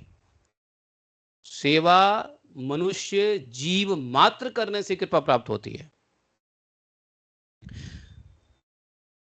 गृहस्थ जीवन का उद्देश्य क्या है, केवल भोग नहीं है, भगवान की प्राप्ति है। गृहस्थ जीवन हुआ अपुलेंटली, देवहूति माता ने एक स्ट्रगल का जीवन देखा, सेवा में स्ट्रगल, उसके बाद अपुलेंट, उसके बाद कन्याएं, उसके बाद पुत्र। पुत्र हो गया तो क्या मतलब जिंदगी ऐसी चली जाएगी, नहीं। क्या होना है, भगवत प्राप्ति। भगवत प्राप्ति कैसे हो, इसके लिए कपिल देव भगवान से उपदेश लेते हैं। तो कपिल भगवान जो है जब आते हैं तो उनका उद्देश्य होता है सांख्य दर्शन का उपदेश, भक्ति योग का प्रचार। और तीसरा देखो, कपिल भगवान के आने का 3 ही कारण है, सांख्य दर्शन का उपदेश, नंबर 2 भक्ति योग का प्रचार, और तीसरा जीव को बंधन से मुक्त कराना। 3 चीज है। भगवान केवल रक्षा नहीं करते, भगवान केवल, बल्कि भगवान ज्ञान भी देते हैं। तो ज्ञान देने के लिए, भक्तों को मनोरंजन करने के लिए भगवान आते हैं, भक्तों को लीला आनंद देने के लिए भगवान आते हैं, भक्तों को ज्ञान देने के लिए भगवान आते हैं, भक्तों को रक्षा करने के लिए भगवान आते हैं। भगवान किस लिए नहीं आते हैं, सभी चीजों के लिए आते हैं। तो कपिल देव भगवान भगवान के ज्ञान देने के लिए, भगवान ज्ञान देना चाहते हैं तो ज्ञान देने के लिए आते हैं। तो अध्यात्म ज्ञान और भक्ति दोनों आवश्यक है। अगर आप कपिल भगवान के इस उपाख्यान से कुछ सीखे हों तो उसमें यह बात है कि भक्ति और अध्यात्म ज्ञान दोनों चाहिए। जैसे मैंने कहा ना, धन्ना जाट, धन्ना जाट की वो भक्ति थी, लेकिन अध्यात्म ज्ञान नहीं था। अध्यात्म ज्ञान के लिए किसको भेजा, किसके पास भेजा, यमुनाचार्य जी के पास। विदुर जी को भक्ति थी, अध्यात्म ज्ञान के लिए कहाँ भेजा, मैत्रेय जी के पास भेजा। तो भक्ति से भगवान प्रसन्न भी होंगे, मिल भी जाएंगे, लेकिन भक्ति के बाद अध्यात्म ज्ञान भी चाहिए। गोपियों के पास भक्ति थी, प्योर भक्ति था गोपियों के पास, लेकिन उनको भी अध्यात्म ज्ञान देने के लिए भगवान स्वयं कहां पे देते हैं, कुरुक्षेत्र में गोपियों को ज्ञान दिया, है कि नहीं। भगवान ने कोशिश किया, जब द्वारका में गोपियां आए तो वहां पे ज्ञान दें, लेकिन भगवान के पटरानियों ने भगवान को वहां पर नहीं ज्ञान देने दिया, भगवान को उलझा के रखा। अरे गोपियों के साथ किस लिए, हम सेवा करेंगे, हम गोपांगनाओं की सेवा करेंगे। भगवान को बड़ा कम मौका मिलता था गोपांगनाओं के साथ द्वारका में मिलने जुलने का, क्योंकि रानियां ही लगी रहती थी भगवान का, कहते हैं ना। जब तो भगवान को मौका कब मिला, कुरुक्षेत्र में। कुरुक्षेत्र में जब मौका मिला और गोपियों को अध्यात्म ज्ञान दिया, भगवत ज्ञान दिया, और गोपियां भगवान भगवत ज्ञान लेकर के आई और उस ज्ञान को हृदय में धारण करके अपना शरीर को कृष्णमय करते हुए हरि बोल सब चली गई धाम को। अब आइए कपिल देव भगवान के भक्ति उपदेश, जो तृतीय स्कंद का सबसे महत्वपूर्ण भाग है। तीसरा स्कंद मतलब 3K, याद रखो 3K, 3K मतलब 3000, 3K मतलब 3, third canto, K for Kapil उपाख्यान। तो तीसरा स्कंद का मतलब आए तो मतलब 3K याद रखो, कपिल उपाख्यान, है कि नहीं। तो ये सबसे बड़ा जो मेन पॉइंट है थर्ड कैंटो का, वो है कपिल उपाख्यान। अब कपिल उपाख्यान में माता देवहूति को भगवान ने क्या बताया, वो थोड़ा रिकैप कर लो भैया, चूंकि हमको आपने आज ऐसा मौका दिया है कि भैया समरी कर लो, अंत में समरी कर लो। तो समरी में क्या हुआ, क्या बताया, सबसे पहली बात बताया माता को, चेतः खलवस्य बंधाय मुक्ते चात्मनोमतम। भगवान ने कहा कि मनुष्य का मन ही बंधन का कारण है और मुक्ति का भी कारण मन ही है। तो मन से बंधोगे, मन से ही मुक्त होगे, है कि नहीं। इसलिए विषय में लगाया तो बंधन में फंसोगे, यदि भगवान में लगाया तो मुक्ति में जाओगे, ठीक है ना। तो हमें शिक्षा क्या मिलती है कि बाहरी परिस्थितियां नहीं, मन की दिशा जीवन निर्धारित करती है। हम कहाँ जाने वाले हैं, भोग में या भक्ति में, ये बाहरी परिस्थितियां नहीं डिसाइड करती है, हमारा मन डिसाइड करता है। क्योंकि कभी कभी भोग नहीं है फिर भी मन भोग में चला जाता है, कभी कभी भोग में है फिर भी मन से हम विरक्त रह सकते हैं। तो शरीर नहीं, बाहरी वस्तु नहीं, बल्कि मन डिसाइड करता है कि हम कहाँ जा रहे हैं, भक्ति में जा रहे हैं या भोग में जा रहे हैं। तो बाहरी परिस्थितियां कभी नहीं डिसाइड करती है। लोग कह देते हैं अरे मेरे माता पिता ऐसे थे इस वजह से मैं ऐसा हो गया, मेरे घर वाले ऐसे थे ऐसा हो गया, मेरी मम्मी ऐसी थी ऐसा इसलिए ऐसा हो गया, मेरी मम्मी ने ध्यान नहीं दिया, मेरे पापा ने ध्यान नहीं दिया, मेरी बहन जी ने ध्यान नहीं दिया, मेरे भाई जी ने, ससुर ने ध्यान नहीं दिया है। अरे सास ससुर को क्या गलती है भाई, है बताओ भाई। अपनी जान की टुकड़ी बच्ची को दे दी, क्या कम है सास ससुर के लिए? है, क्या उम्मीद करते हो और ज्यादा सास ससुर से। खैर, कहने का मतलब ये है कि ये सब बहानेबाजी है, बाहर की परिस्थितियां सब बहानेबाजी है, अपना मन, है कि नहीं। इसलिए आध्यात्मिक उन्नति के लिए मन को हमेशा ऐसे कुछ करके रखो जो भगवान से जुड़ा रहे। नौकरी करनी है तो ऐसी नौकरी करो जिसमें भगवान ही याद आते रहे, भोजन करना है तो ऐसा भोजन करो जिसमें भगवान याद आते रहे, चलना है तो ऐसे जगह चलो जहाँ भगवान याद आते रहे, खाना है तो ऐसे खाओ, गाना है तो ऐसे गाओ कि भगवान, कुछ भी करो, यद स्नासी यद जुहोसी यद करोसी, है गीता में भगवान ने कहा है ना। तो जो कुछ भी करते हो मेरे लिए करो, यही भगवान ने वहां कहा। क्यों करो, क्योंकि ऐसा करने से तुम्हारा मन मुझ में लगेगा। अब मन लगा के क्या करेंगे आप में, तो जब मन तुम मुझ में लगेगा तो मुक्ति का कारण है भगवान में मन लगाना। इसलिए इसलिए अब यहाँ पे जो है माता की देवहूति ने को कपिल भगवान कहते हैं साधु संघ की महिमा। आप लोग भी ध्यान दीजिए, मैं बड़ा फास्ट फास्ट बोल रहा हूँ, फास्ट फॉरवर्ड, आप लोगों को याद आना चाहिए कि हमने सुना है। अब जिन लोगों ने कथा मिस किया है वो भैया दोबारा सुने, जा करके रिकॉर्डिंग अवेलेबल है, वो भी महाप्रभु बड़ी मेहनत करके रिकॉर्डिंग भी डालते हैं, तो जो क्लास मिस हो जाए रिकॉर्डिंग सुन लेनी चाहिए। तो कपिल भगवान कहते हैं देवती माता को, मैया सत्संग भक्ति का द्वार है। अगर कोई कहे कि भक्ति करनी है, तो भक्ति करनी है तो शुरुआत कहाँ से है? सत्संग से है। सत्संग से क्या होगा मैया? श्रद्धा आएगी, सत्संग में श्रद्धा बनेगा, भक्ति बढ़ेगा, वैराग्य उत्पन्न होगा और भगवान का प्रेम प्राप्त होगा। अब मान लो ऐसे लोगों के साथ हैं जिसमें भोग की इच्छा बढ़ रही है, तो वो सत्संग नहीं है। जहां वैराग्य उत्पन्न हो रहा हो, भक्ति उत्पन्न हो रहा हो, भक्ति बढ़ रही हो, श्रद्धा विश्वास बढ़ रहा हो भगवान में, भगवान का प्रेम प्राप्त होता हो जिस सत्संग से, क्योंकि आप करेंगे जैसा संग वैसा चढ़ेगा आपके ऊपर रंग, है कि नहीं? सिंपल फॉर्मूला है कि नहीं? तो संग का रंग चढ़ता है, रंग से कभी कभी संग भी चढ़ता है? लेकिन संग से रंग चढ़ता है। तो बोले कि भैया ऐसा है कि आप माता जी, साधु संघ की महिमा बताया भगवान ने कि साधु संघ की बड़ी महिमा है। एक बात जरूर कहा कि तीर्थ में जाओगे, तीर्थ में स्नान करोगे तो कई तीर्थों में, कई वर्षों में, कई स्नानों में जाके आपका पाप का नाश होगा, लेकिन साधु संघ से क्षण मात्र में ही, साधु जो होते हैं चलते फिरते तीर्थ हैं, जंगम तीर्थ कहा है साधु को, है कि नहीं? जंगम मतलब चलता फिरता तीर्थ। तो साधु संग करने से एक क्षण के अंदर आदमी पवित्र हो सकता है, सारे पाप नष्ट हो जाते हैं। अरे साधुओं के संग से तो पाप नाशनी गंगा भी शुद्ध हो जाती है। याद कीजिए, भगीरथ से जब प्रसन्न हुए गंगा जी ने कहा भगीरथ, दो समस्या है कि मैं नहीं जाऊंगा पृथ्वी पे।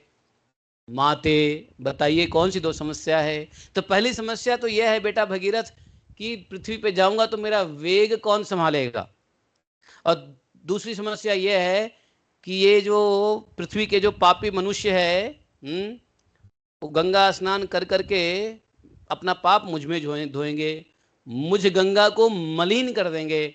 अब मैं जब मलिन हो जाऊंगी तो मुझको कौन शुद्ध करेगा? तो क्या कहा भगीरथ जी ने? भागीरथ बाबा ने कहा कि मैया चिंता मत करो, जब भगवान के शुद्ध भक्त जब आपके स्पर्श करेंगे तो आप उससे शुद्ध हो जाओगी, आप चिंता काहे को करती हो, चलो पृथ्वी पे।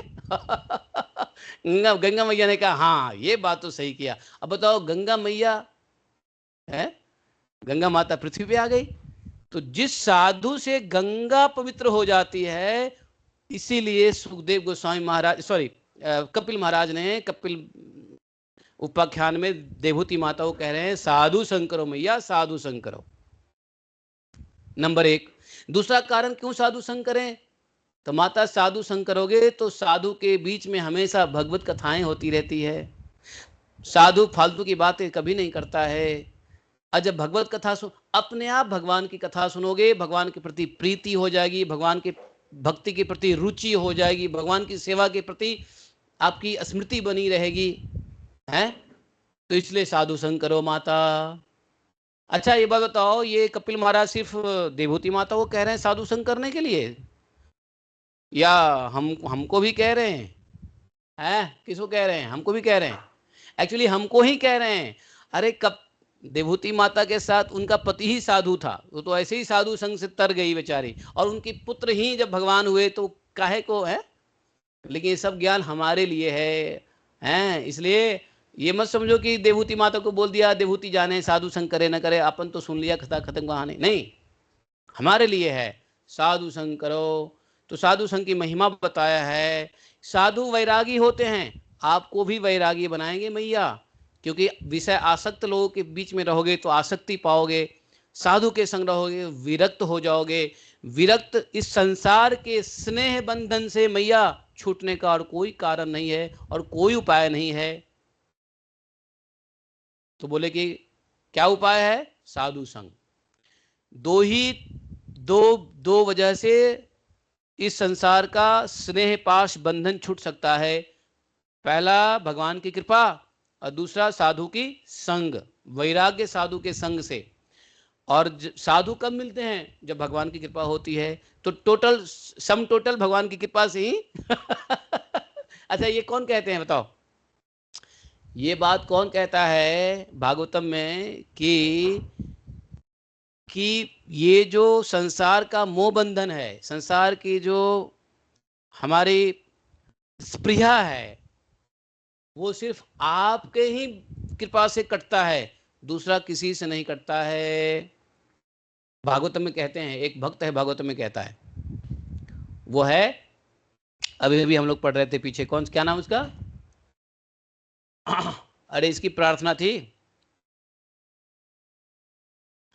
तो भगवान की कृपा से ही संत मिलते हैं, बिन हरि कृपा मिल ही नहीं संता, ऐसा तुलसीदास जी ने भी कहा है।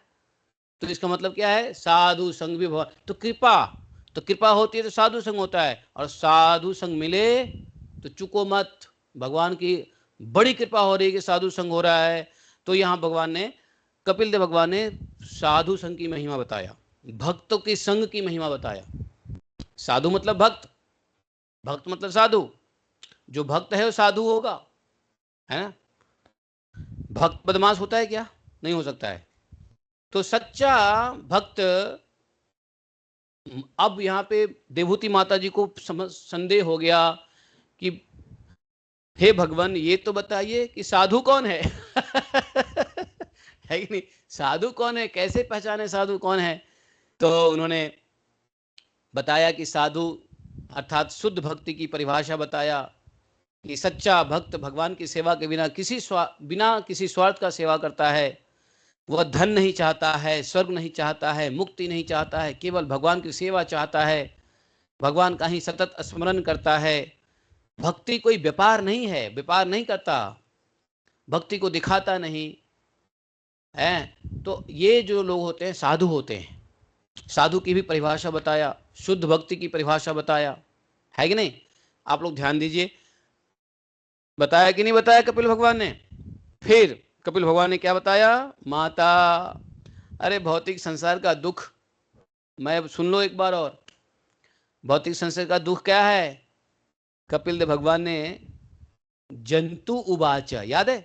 गर्भ में जीव जो प्रार्थना करता है, कैसे बच्चा पैदा होता है, कैसे बड़ा होता है, कैसे वो फंस जाता है संसार में, कैसे वो मृत्यु प्राप्त करता है, वो एक जीव की गति कपिल देव भगवान बताते हैं। भूलो मत, हाँ, ये सब कथा मैं इसलिए रिवाइज कर रहा हूँ, है, आप लोगों को ये जस्ट बुलेट पॉइंट से रिवाइज कर रहा हूँ, मैं कथा नहीं कर रहा हूँ, आई एम जस्ट समराइजिंग कर रहा हूँ, ठीक है, सारांश वे में कह रहा हूँ, ठीक है। तो कपिल भगवान ने गर्भ में जीवों की प्रार्थना बताया, जीव जन्म लेता है, किस प्रकार मोह में फंस जाता है, इंद्रियों भोग में लग जाता है और भगवान को भूल जाता है। जो जीव गर्भ में स्तुति करता है, जो जीव गर्भ में भगवान की ऐसी स्तुति करता है, वही जीव बाहर निकलते मोह में फंस जाता है, बाहर निकलते इंद्रिय भोग में लग जाता है, और मोह में फंस गया, भोग में लग गया तो भगवान को भूल गया। मोह, भोग और भूल हो ही जाती है है कि नहीं? तो भोग में एक बहुत बड़ी भूल हो जाती है, वो भगवान को भूल जाते हैं। ये भोग की बहुत बड़ी भूल है कि नहीं? क्यों? बोला मानव जीवन अत्यंत दुर्लभ है माता, केवल खाने, सोने, कमाने के लिए नहीं बना है मानव जीवन। Eating, mating, sleeping, dating, hating, इसके लिए नहीं बना है मानव जीवन कि हम हेट करते रहे, डेट करते रहे, हैं, मेट करते रहे, ईटिंग, स्लीपिंग, हैं, डिफेंडिंग, इसके लिए मानव जीवन नहीं बना है। ये माता जी को कहा है। उसके बाद माता जी को स्ट्रेट अवे सांख्य योग की फिलॉसफी बताई है कि 24 संख्या बताया है, 24 तत्व बताया है। 24 तत्व में 5 महाभूत, 5 तन्मात्राएं, 5 कर्मेंद्रियां, 5 ज्ञानेन्द्रियां, मन, बुद्धि, अहंकार और प्रकृति, ये 24 तत्व बताया है। बताया है कि इस सब से ऊपर आत्मा है, आत्मा से ये सब नीचे की चीजें हैं। शिक्षा क्या है? हम शरीर नहीं हैं और हम शाश्वत हैं, हम इन 24 तत्व में है ही नहीं। हम आत्मा हैं और ये सारे 24 तत्व प्रकृति का है, हम शरीर नहीं है, क्योंकि शरीर इन्हीं 24 तत्व से बने हैं। जब हम 24 तत्व नहीं है और शरीर हमारा जब इस 24 तत्व से बना है, तो मतलब हम शरीर भी नहीं है, तो हम आत्मा है, यह बात बताया है। उसके बाद आत्मज्ञान देने के बाद कपिल भगवान ने माता देवहूति को ध्यान सिखाया है। आपको याद है, मैं इसी ध्यान विधि को बताया था आप लोगों को, ने ध्यान सिखाया। आप ही के साथ हमने ध्यान की बातें करी थी उस दिन, याद है? अष्टांग योग की बात हुई थी, प्रभु जी ने कहा था अष्टांग योग के ऊपर आप बोलो, आप बोलो, आप बोलो, हैं? तो इसलिए मैंने ये बात आपको बताया था तब भी। तो भगवान ने दिव्य स्वरूप के ऊपर ध्यान करने की बातें बताई है। अगर आप लोग भूल गए हैं, दोबारा से जाइए और भगवान का जो दिव्य स्वरूप है, और मैं आपको बताता हूँ, रोज 10 15 20 मिनट ध्यान कीजिए। और शिक्षा क्या है? मन को नियंत्रित करने का एक ही उपाय है, वो है प्राणायाम। प्राणायाम मन को नियंत्रित करने का उपाय है। मन नियंत्रित होगा तो ध्यान लगेगा, ध्यान लगेगा तो भगवान का रूप नाम गुण लीला आप स्मरण करोगे, है कि नहीं? तो ये ध्यान नहीं लगेगा जब तक प्राणायाम नहीं होगा। अब प्राणायाम नहीं होगा तो इसका कारण है कि आप बैठ नहीं सकते। अब बैठ, इसलिए आसन बनाया गया। आसन से पहले खाने पीने का उपाय करो। और खाने पीने में गड़बड़ होगा तो आसन सही से नहीं होगा, हम मोटे ताजे हो जाएंगे, ठीक से बैठ ही नहीं पाएंगे, जमीन पे बैठ ही नहीं पाएंगे, आलती पालती मार के बैठ ही नहीं पाएंगे, है कि नहीं? तो इसलिए आहार विहार है, युक्त आहार विहारस्य युक्त सब गीता में भगवान चिल्ला चिल्ला के बोलते हैं, क्या जरूरत है हमको सुनने की, है कि नहीं? हाँ, युक्त आहार करो, युक्त विहार करो, है, युक्त मनोरंजन करो, है कि नहीं? तो इसलिए भगवान ने ये जो रेगुलेटरी प्रिंसिपल है वो इसीलिए है। रेगुलेटरी प्रिंसिपल में हम फिट रहेंगे, मन से, तन से, हैं, शरीर से, इंद्रिय बल से हम फिट रहेंगे, है कि नहीं? तो उस फिटनेस से क्या होगा? हम बैठेंगे, बैठेंगे तो प्राणायाम करेंगे, जप करेंगे। अब प्राणायाम के साथ जप कर लो, ऐसी क्या बात है? मैंने तो वो भी आपको बताया कैसे प्राणायाम के साथ जप करनी है। जप भी करो, प्राणायाम भी करो, जप के साथ प्राणायाम करो, है कि नहीं? है, वो मेरा कोई कॉपीराइट इन्वेंशन नहीं है, आप लोग उसको यूज करो, कॉपी करो, कोई दिक्कत नहीं है। नो कॉपीराइट, हम किसी के ऊपर क्लेम नहीं करेंगे उस मेथड पे, है कि नहीं? प्रभु, हाँ। तो प्राणायाम करो मतलब खूब श्वास लो, हरि नाम करो, मुंह से श्वास छोड़ो, नाक से श्वास लो, प्राणायाम भी हो गया, नाम भी हो गया, बल्ले बल्ले, दोनों हाथ में लड्डू, और क्या चाहिए है? पहले आप लोग क्या सोच रहे थे कि इस हाथ में लड्डू रखूं या इस हाथ में लड्डू रखूं, जप करूं या प्राणायाम करूं, जप करूं या प्राणायाम करूं? हमने कहा भैया दोनों करो, दोनों हाथ में लड्डू रखो। है कि नहीं? तो ये सब बातें बताया। ध्यान का लक्ष्य जो है भगवान है, ध्यान किसी विषय पे नहीं करनी है, ध्यान का लक्ष्य भगवान है, भगवान पे ही ध्यान करना है। कुत्ता बिल्ली शून्य पे ध्यान नहीं करना है कि नहीं? मायावादी लोग योगा करते हैं, शून्य पे ध्यान करो, मेडिटेट ऑन द शून्य, meditate on zero, meditate on empty, meditate on your what ever you love, meditate on what ever you want. अरे ये है क्या? बताओ। Only meditate on Krishna, that's all. तो ध्यान का लक्ष्य सिर्फ परमात्मा है। तो देखो, तृतीय स्कंद की मुख्य शिक्षाएं जो है ये सब हमने बताया कि भगवान ही सृष्टि के मूल कारण है, कुछ भी स्वतंत्र नहीं है भगवान से। मन ही बंधन का कारण है, मन मुक्ति का कारण है। भगवान में मन लगाओ तो मुक्ति है। सत्संग सबसे बड़ी संपत्ति है, और संग ही जीवन बदलता है। हम लोग सत्संग ही तो कर रहे हैं, ऑनलाइन कर रहे हैं, कर तो रहे हैं। शुद्ध भक्ति सर्वोपरि मार्ग, सर्वोच्च मार्ग है शुद्ध भक्ति। ज्ञान योग तपस्या का सार भक्ति है। ज्ञान योग और तपस्या, यदि कोई तपस्या करता है भगवान की भक्ति नहीं करता, बेकार है। तो ज्ञान योग और तपस्या सबका सार भक्ति है। और मानव जीवन दुर्लभ अवसर है बाबा, इसे केवल भोग में मत गमाओ। बॉम्बे में उतना ही दिन रहो जितना दिन जीविका चल जाए, उसके बाद बॉम्बे से निकल लो, चले जाओ। बॉम्बे के पास में है द्वारका, बॉम्बे के पास में है उधर है उडुपी, बॉम्बे के पास में है नासिक, बॉम्बे के पास में बहुत सारे दिव्य स्थान भी है, वहाँ जाओ, थोड़ा बढ़िया से डुबकी लगाओ, भगवान का ध्यान करो। अब रुपए पैसे का चिंतन छोड़ो। हा, अब रुपए पैसे जो मिल गया, है कि नहीं? तो जीवन को सिर्फ ये, मैं रिटायरमेंट होगा तो जाएंगे, रिटायरमेंट हो गया तो फिर बेटा रिटायर करेगा तो जाएंगे, हम रिटायर कर गए तो बेटा रिटायर करे तो जाए, है कि नहीं? है, अब बेटा जब तक रिटायर करेगा तब तक अपन ही रिटायर कर जाएंगे, जीवन मुक्त हो जाए। तो इसलिए सब ध्यान दो, है कि नहीं? ये कहा कि केवल भोग में ना गवाओ, अहंकार पतन का कारण है। पूरे जीवन नौकरी करना भोग है, इसलिए एक समय तक नौकरी करो, उसके बाद छोड़ो सब, गुड बाय, और आ जाओ दिव्य देशम में। 108 दिव्य देशम है भारत में। वृंदावन में मत आओ, बहुत भीड़ हो गई वृंदावन में, बाहर बाहर जाओ, है कि नहीं? वृंदावन में सभी साधु लोग बुला बुला के वृंदावन में इतना भीड़ कर दिया है कि वृंदावन को बिल्डिंग वन बना दिया है, बिल्डिंग वन। तो जो है वृंदावन में मत आओ, हाथ जोड़ के प्रार्थना है। लेकिन मुझे मालूम है जितना हाथ जोड़ोगे उतना ही पैर से वृंदावन चल के आ जाओगे। तो भैया वृंदावन मत आओ, अन्य दिव्य देशम ढूंढो। 7 पुरी है जो आपको उद्धार कर देगा, वो उन पुरियों में जाओ, हैं? अयोध्या, काशी, कांची, मथुरा, माया। है कि नहीं भाई? इन 7 जगह पे भी ध्यान दो, है कि नहीं?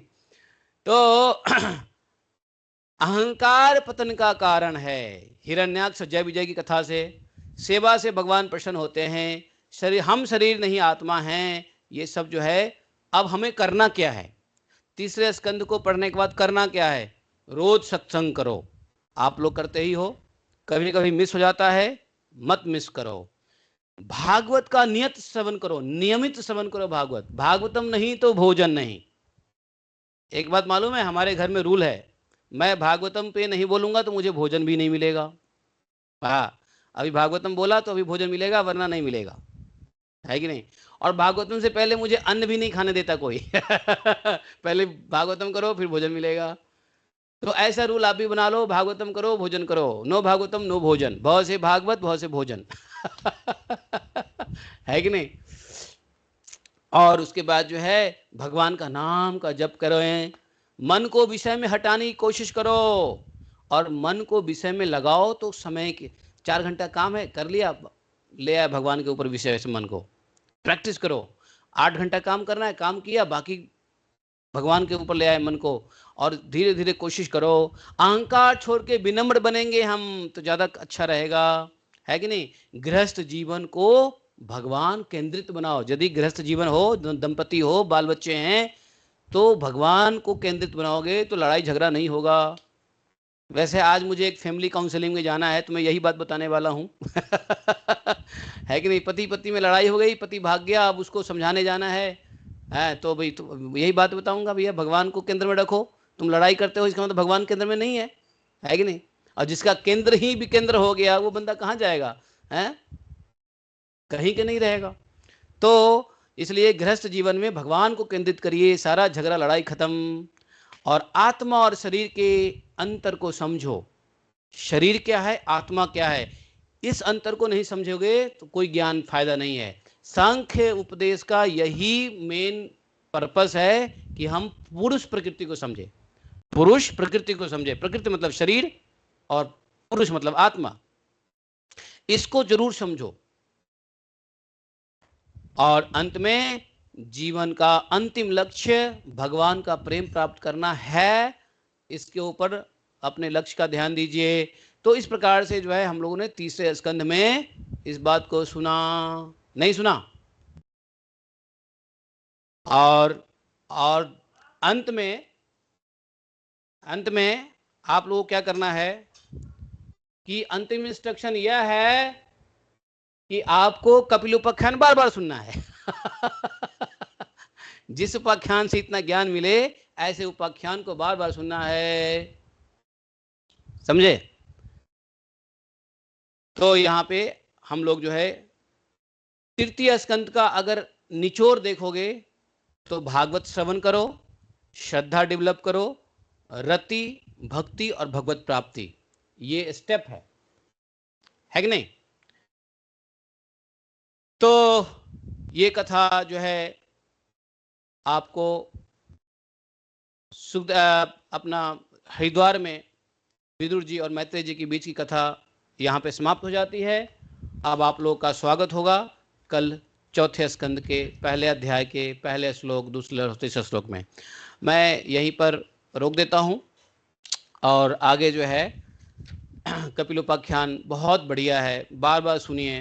प्रभुपाद जी ने भी कहा है, जो इसके वृत्तांत को सुनेगा या पढ़ेगा, जीवन की सर्वोच्च सिद्धि प्राप्त होगी। मान लो एक बार पढ़ा सुना, थोड़ी सिद्धि मिली, 2 बार पढ़ोगे तो और सिद्धि मिलेगी, 3 बार पढ़ोगे तो और सिद्धि मिलेगी। मैं कहता हूं कपिलोपाख्यान को 108 बार पढ़ो या सुनो और देखो कि क्या परिवर्तन जीवन में आता है।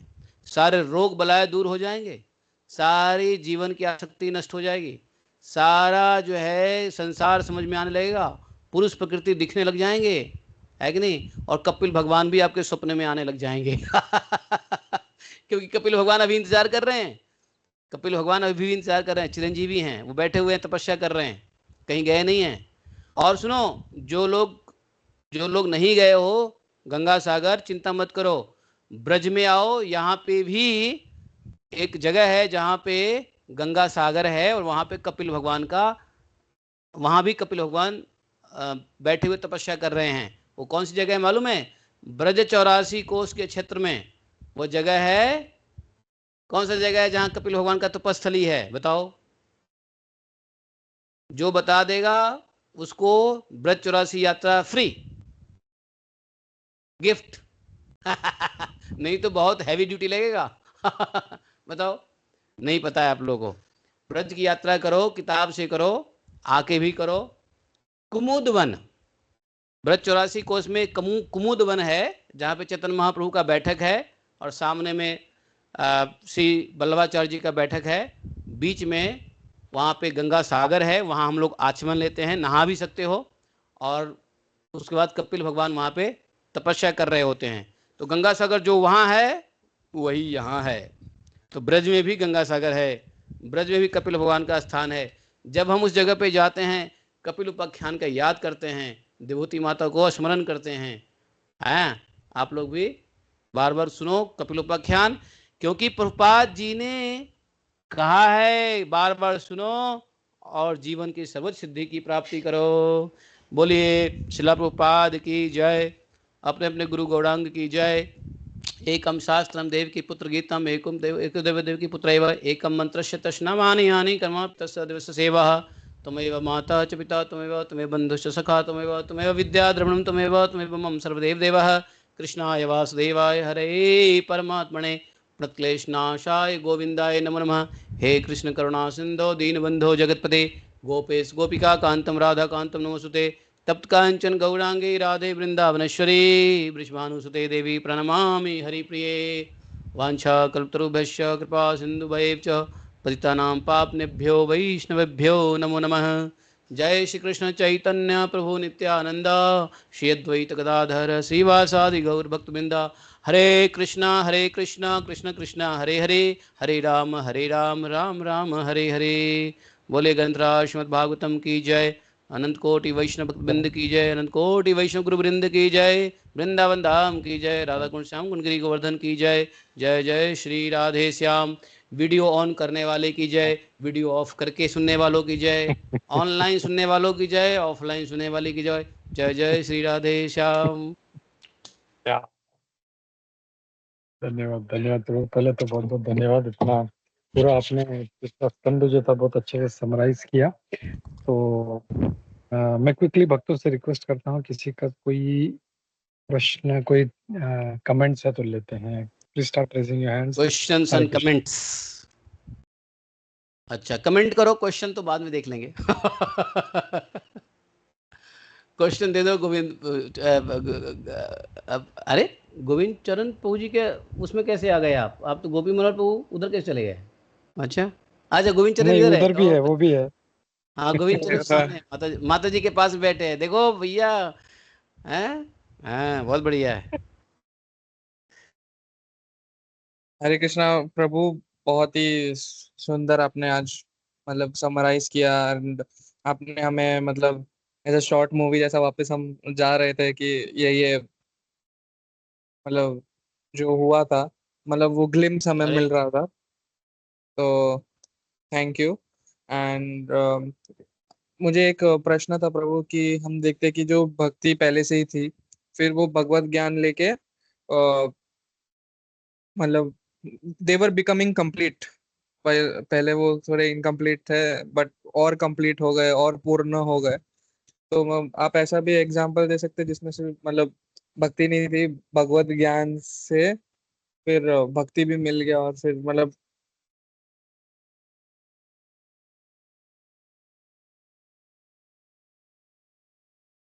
ऐसा एग्जांपल आप दे सकते हो तो।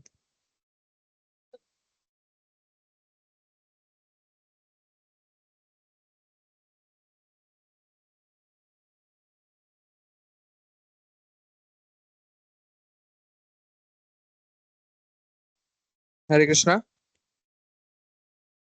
आई थिंक प्रभु जी का पॉज हो गया है, आई थिंक उनका नेटवर्क है, तो will wait for him to rejoin.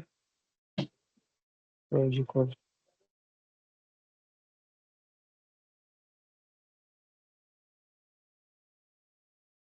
Joining back.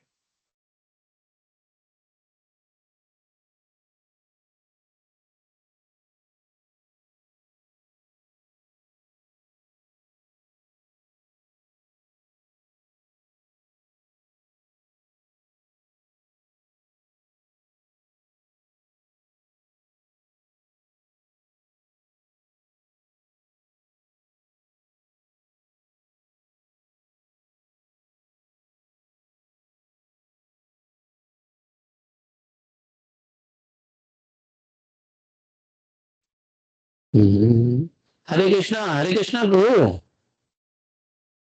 Hare Krishna. Hare Krishna. Hare Krishna sorry, प्रभु। हाँ प्रभु, कुछ मेरे हो यहाँ गया था। नेट डिस्टर्ब हो गया था। क्या कुछ बोल रहे थे, मैं सुना ही नहीं दिया। Sorry repeat. प्रभु। आ, आपने जो मतलब मेरा प्रश्न ये था कि आपने बहुत अच्छा एग्जांपल दिया कि जो जब भक्ति रहती है बट जब उसके साथ भगवत भक्ति का क्या जो ज्ञान रहता है जब वो मिलता है तो वो हम्म पूर्णतया हो जाता है। हम्म तो आप थोड़ा संशय अभी मतलब ऐसा भी रहता है मोस्ट ऑफ द केसेस में भक्ति भी नहीं रहता और ज्ञान हम्म भी नहीं रहता, तो आप ऐसा मतलब एग्जांपल्स नहीं तो कैसे बताए कि भगवत भक्ति के ज्ञान से भक्ति भी मिलता है और फिर वो भगवान को प्राप्त कर पाते। हम्म। तो ऐसा आप एग्जांपल्स बता सकते हो तो। अ, आप ये कह रहे हो कि गोपी मोहन प्रभु, जरा इनका प्रश्न आपने समझा है तो मुझे समझाओ। नहीं नहीं, मैं भी नहीं समझा। कुछ जरा रिफ्रेश करो क्वेश्चन, हाँ, वापिस यस। से हाँ। रिफ्रेश करो, मुझे भी नहीं समझा। सॉरी प्रभु। आपने मतलब लेक्चर के दौरान आपने बताया था कि नॉर्मल जब भक्ति रहता है या तो फिर प्रेम रहता है बट उनके पास भगवत भक्ति का वो ज्ञान नहीं रहता, भगवत ज्ञान नहीं रहता। हाँ। हाँ। तो फिर जाके वो पूरे कंप्लीट होते हैं। बट अभी हम मतलब देखते हैं कि अभी केस ऐसा है कि मतलब भक्ति भी नहीं रहता है और भगवत का ज्ञान भी नहीं रहता है। तो आपके पास ऐसा कुछ एग्जाम्पल है कि वो ज्ञान से फिर भक्ति मिला और फिर वो पूर्णतया हम भगवत प्राप्ति हुई। मैं हूं ना एग्जाम्पल। अच्छा, मतलब ज्ञान भी हमको ना ज्ञान है ना भक्ति है। ये सामने एग्जाम्पल बैठा है ना। है। और थोड़ा बहुत ज्ञान हो रहा है तो थोड़ा बहुत भक्ति करने की कोशिश हो रही है। तो I am the live example. है। कहाँ जाओगे दूर ढूंढने। है। यस। और वैसे भक्तमाल में बहुत सारे भक्त का मैंने एग्जाम्पल आपको बताया ना कि नहीं, आपका प्रश्न है कि भक्ति भी नहीं है और ज्ञान भी नहीं है, तो कैसे हाँ, मतलब भक्ति भी नहीं है, ज्ञान भी नहीं है। फिर भक्ति भी नहीं भक्ति है का ज्ञान भी ज्ञान नहीं है। प्राप्त करके फिर भक्ति का ज्ञान मिला और फिर वो भक्ति में आगे बढ़ा। हाँ, तो भक्ति और ज्ञान नहीं है तो पहले उसमें श्रद्धा उत्पन्न करना पड़ेगा। तो लाइव एग्जाम्पल हम थे ना। हमें ना भक्ति ना था, ज्ञान था। थोड़ी श्रद्धा हुई प्रभुपाद जी के सुनने के बाद, थोड़ी बहुत ज्ञान हुआ, तो अधजल गगरी छलका जाए, थोड़ी ज्ञान में ही बोलने लग गए और थोड़ी भक्ति करने की कोशिश कर रहे हैं और अपने को भक्त समझने लग गए। तो लाइव एग्जाम्पल है कि न ज्ञान है भक्ति है। श्रद्धा भी नहीं थी तो श्रद्धा भी आया। पहले तो पहले श्रद्धा आता है, फिर ज्ञान आता है, फिर भक्ति आती है। कभी कभी श्रद्धा आता है, भक्ति आ जाती है, ज्ञान बाद में आता है। वाइस वर्षा होता है ना। नहीं समझे। समझा समझा प्रभु। हाँ, तो भक्ति और ज्ञान दोनों अगर नहीं है तो श्रद्धा लाना पड़ेगा। श्रद्धा जो है ना, भक्ति और ज्ञान का फर्स्ट स्टेप है। आदौ श्रद्धा, है ना। आदौ श्रद्धा, नाम रुचि, वैष्णव सेवा, है ना। तो तो इस प्रकार से। और कोई? तो बार बार सुनो कपिलोपाख्यान, बार बार सुनो। एक बार सुनने से कुछ नहीं होगा, 2 बार सुनने से, 108 बार सुनो इस उपाख्यान को, है कि नहीं। तब जाके सब कुछ आने लग जाएगा। और यहाँ पे आप सुन रहे हो तो ज्ञान भी है इसलिए सुन रहे हो, भक्ति भी है इसलिए सुन रहे हो, श्रद्धा इसलिए सुन रहे हो। तो जिस पास ज्ञान और भक्ति श्रद्धा नहीं है उनके बारे में जानने की क्या जरूरत है, मत जानो। ऐसे को जानने की जरूरत क्या है। No point of talking to those who has no shraddha, no bhakti, no gyan. हम उनकी बात करें जिनके पास कम से कम श्रद्धा है, जिससे थोड़ा ज्ञान भक्ति वैराग्य मिल सकता है। अरे बोल, ठीक है। या प्रभु, तो दीप्ति माता जी हैं, आई थिंक उनके पास हमेशा कुछ ऐसा कुछ पोयम रहता है। कौन माता जी? दीप्ति माता जी जो दीप्ति महापस्कर माता जी। हाँ, दीप्ति महापस्कर माता जी, बताओ। रुक जाओ, मैं अभी रिकॉर्डिंग कर लूँ आपकी पोएम को, बाद में आप। हाँ, क्या बताइए माता जी, बताइए। हरे कृष्णा प्रभु जी, मुझे दंडवत, हरे एक कृष्ण। कविता ही प्रस्तुत करना चाहूंगी। जी जी जी। ओके। ठीक हे है। गोविंद, हे गोपाल, हे गोविंद, हे गोपाल, हे श्याम सुंदर, हे मुरलीधर। वंशी की धुन आपकी मोह लेती गोपियों का मन। वंशी की धुन आपकी मोह लेती गोपियों का मन। सुध बुध हुए वे रहती आपकी धुन में मगन। हे मनोहारी वंशीधर, विपदाओं से भरे इस संसार में, मोह माया के जंजाल में फंस गई हूं मैं इस अज्ञान के अंधकार में। हूं मैं आज जिस भी अवस्था में, हे भगवन, हूं मैं आज जिस भी अवस्था में, हे भगवन, करती रहूं आपकी गाथाओं का श्रवण। करती रहूं आपकी गाथाओं का श्रवण।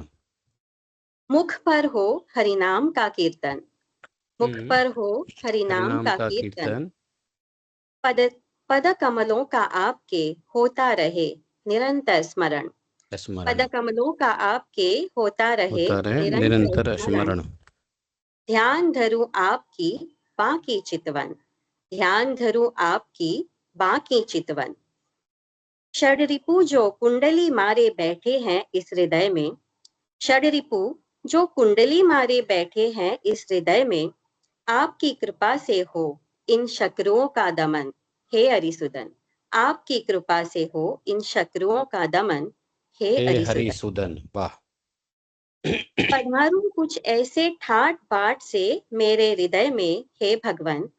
पधारो कुछ ऐसे ठाट बाट से मेरे हृदय में, हे भगवन। मैं बन जाऊं आपकी जोगन, मैं बन जाऊं आपकी जोगन। वृंदावन का वास मिले, हरि भक्तों का साथ मिले। वृंदावन का वास मिले, हरि भक्तों का साथ मिले। करूं गोवर्धन परिक्रमा, राधा कुंड श्याम कुंड में हो शीश नमन। राधा कुंड श्याम कुंड में हो शीश नमन। शीश नमन। गुरु पादाश्रय में भक्ति लता बीज पाऊं, गुरु पादाश्रय में भक्ति लता बीज पाऊं। श्रील प्रभुपाद की कृपा से निशिदिन बस यही गाऊं। श्रील प्रभुपाद की कृपा से निशिदिन बस यही गाऊं। भज गौरांगो कहो गौरांगो, लहु गौरांगेर नाम रे। भज गौरांगो कहो गौरांगो, लहु गौरांगेर नाम रे। जे जना गौरांग भाजे, से होय अमर प्राण रे। जे जना गौरांग भाजे, से होय अमर प्राण रे। भज गौरांगो कहो गौरांगो, लहु गौरांगेर नाम रे। हरे कृष्णा प्रभु जी, दंडवत प्रणाम। सभी भक्तों के दंडवत प्रणाम। जय दंडवत दंडवत। बहुत बढ़िया बहुत बढ़िया बहुत बढ़िया। क्या आनंद आ गया? आपने तो राह सहा कमी भागवतम का पूरा कर दिया जो कमी मैंने छोड़ा है नहीं प्रभु जी, ऐसा जबरदस्त जबरदस्त। थैंक यू माता जी, thank you thank you thank you. Thank you प्रभु जी, थैंक यू प्रभु जी, आज के अति सुंदर लेक्चर के लिए। बहुत कुछ पॉइंट्स नोट डाउन किए हैं, उसके आधार पर हो सके तो आगे लिखने की कोशिश करूंगी। आइए ब्रो, कौन से पॉइंट नोट डाउन किए? एक दो पॉइंट बताओ मुझे। अभी कपिल आख्यान पे आइए जो ब्रो, आपने बताया, ये खोलो ना, उसको घुमाओ ना मन जी। मन ही बंधन का कारण, मुक्ति का कारण, अच्छा। विषय में ध्यान नहीं लगाना, हाँ और साधु संघ की महिमा, हाँ श्रद्धा का महत्व, मतलब हाँ जी जी भक्ति और ज्ञान आने से पहले श्रद्धा आनी जरूरी है। जी। फिर बुलेट पॉइंट लिखा, बहुत बढ़िया। थैंक यू माता जी, thank you very much, thank you very much, understood. Okay, Hare Krishna, जय श्री राधे श्यामा। तृप्ति माता कुछ हरे बोल रही कृष्णा है प्रभु प्रभु जी। जी? तृप्ति माता कुछ बोल रही प्रभु है। जी एक प्रश्न था। क्या प्रश्न था? प्रभु जी ये प्रश्न था कि आपने जैसे बताया कि जब भगवान द्वारका में थे तो गोपियों को मतलब उनकी पटरानियों ने मतलब उन्होंने कहा कि हम ही सेवा करेंगे और पटरानियों को अवसर नहीं, पटरानियों ने गोपियों को अवसर नहीं दिया। तो ये आपने बताया कि ऐसा क्यों प्रभु जी? तो पटरानियों ने गोपियों को ऑप्शन नहीं दिया?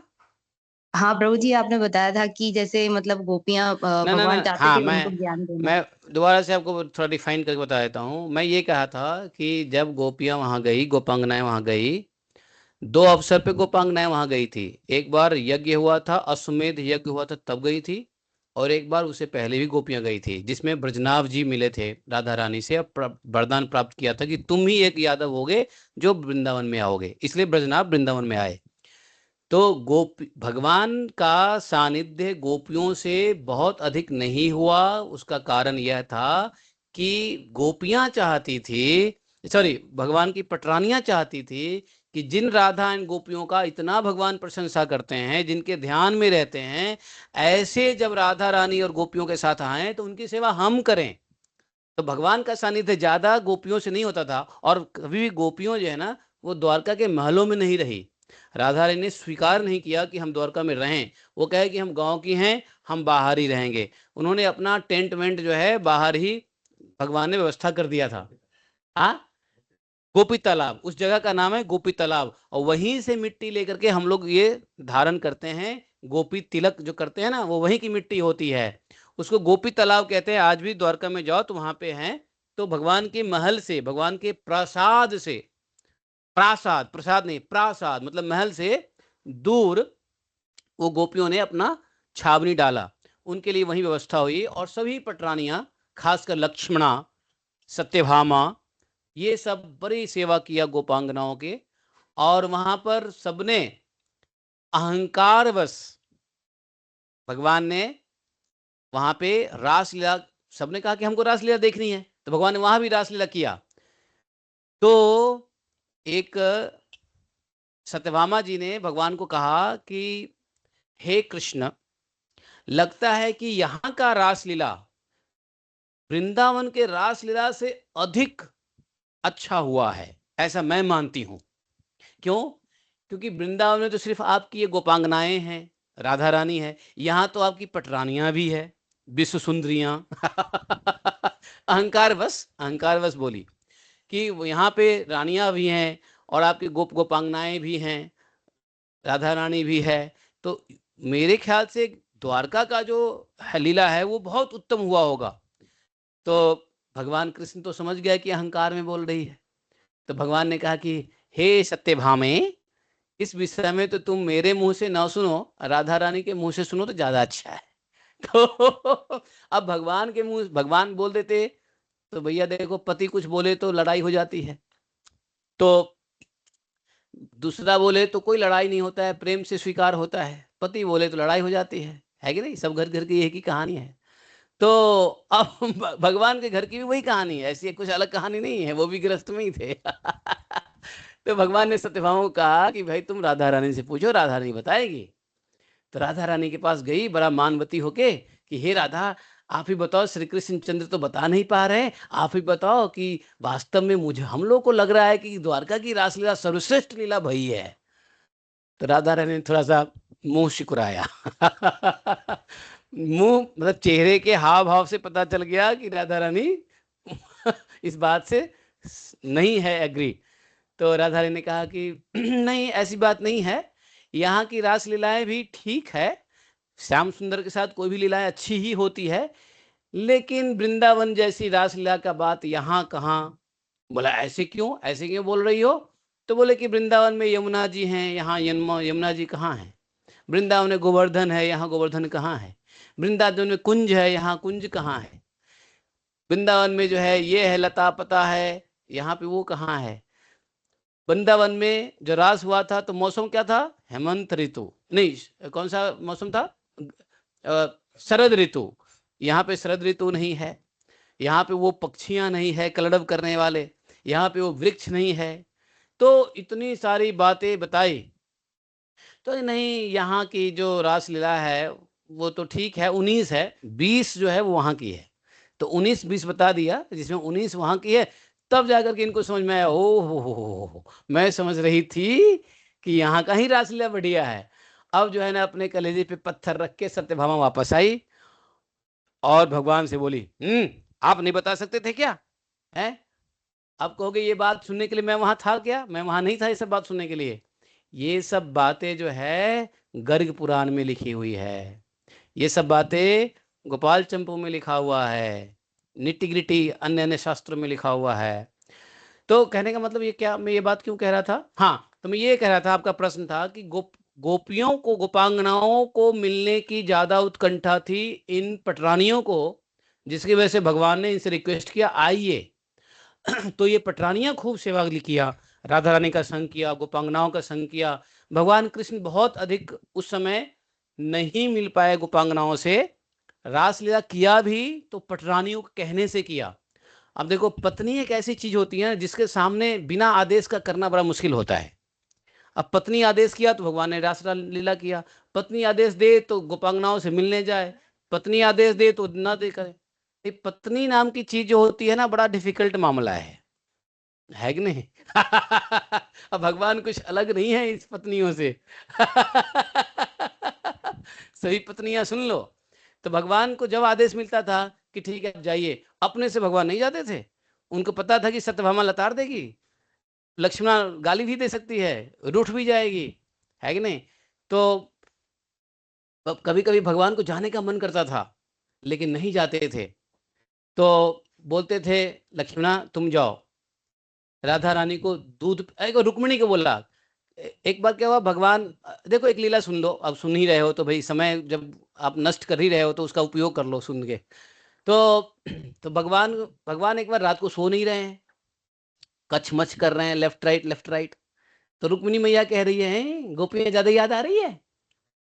तो कह रहे हैं हाँ गोपियां याद तो आ रही है, वो बात नहीं है, वो बात नहीं है। बोली तो क्या बात है जो आप सो नहीं रहे हैं आज?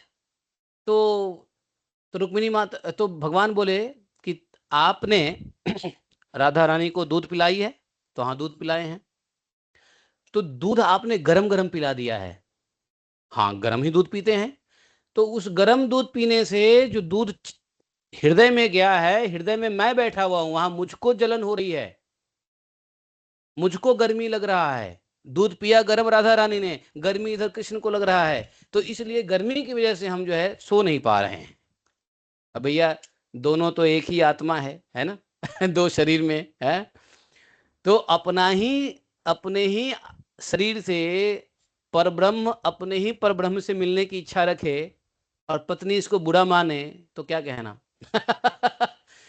तो भगवान, तो रुक्मिणी समझ गई, तो बोले कि देखो राधा रानी को ये गर्म दूध पीने की आदत नहीं है, वो हमेशा ठंडी दूध पीती हैं, कोल्ड मिल्क। तब जाकर के रुक्मिणी बोली कि ठीक है मैं अभी जाके कोल्ड मिल्क पिलाती हूँ। तो रुक्मिणी गई और राधा रानी को कोल्ड मिल्क पिलाया। जैसे ही कोल्ड मिल्क पिलाया, भगवान एकदम ऐसे ब्रीजिंग, जैसे एकदम बढ़िया मौसम में जो है ना, जैसे उनको बड़ा आनंद आया। फिर भगवान सो गए। तब समझ में आया रुक्मिणी को, बाबा ये तो ट्विंस इफेक्ट है, ट्विंस इफेक्ट। पिलाओ उसको, दर्द इसको होता है। जैसे जुड़वा होता है ना, फिल्म में देखे ना, जुड़वा एक को मारते हैं तो दूसरे को चोट लगती है। तो ये सब देखो, ये राधा कृष्ण की लीला के चक्कर में मत पड़ो। अभी ये अवस्था न हमारी है बोलने की, न ये अवस्था शायद आप लोगों की सुनने की है, भगवान जाने, लेकिन हमारी अवस्था बोलने की नहीं है। ये लीला बड़ी अंतरंग लीला है, इसको सुनना सुनाना तो भाई दूर की बात है ना। गलती से हमने पढ़ लिया है, थोड़ी बहुत बोल देते हैं, लेकिन ये सब भाव है नहीं, ठीक है। Hare Krishna, thank you very much, समझ गए ना अब? जी प्रभु जी, थैंक यू प्रभु जी, धन्यवाद। आपने बहुत विस्तार पूर्वक और आनंदमय तरीके से आपने समझाया, धन्यवाद प्रभु जी। ऐसे प्रश्न करोगे तो फिर पूरा द्वारका लीला ही आ जाएगा साथ में। अब भूख लगी है, जाने दो, प्रसाद खाने दो, आप लोग ही प्रसाद खाओ, महाप्रसाद है गोविंदे करो। है कि नहीं? हरे कृष्णा, थैंक यू गोपी प्रभु, हरे दैट्स ऑल। कृष्णा, बहुत बहुत धन्यवाद प्रभु, बहुत बहुत श्री धन्यवाद राधे। आपको। और इतना सुंदर और आध्यात्मिक आनंद से पूर्ण इतना अच्छे प्रवचन, इतने अच्छे क्लास के लिए आपको बहुत बहुत धन्यवाद प्रभु। ऐसे ही जुड़े रहिए और बार बार आते रहिए प्रभु, आपसे सुनते रहेंगे हम लोग। हरे कृष्णा। जय श्री वंशा Radhe, thank you very much. जान कल्पतरु चक्रवर्ती कृपा सिंधु भय चपेतनम पापने वैष्णव कोटि पतितनं वैष्णव पावनेभ्यो भक्तबिंद की जय, वैष्णवेभ्यो श्लोकपाद की जय, जय जय श्री राधे।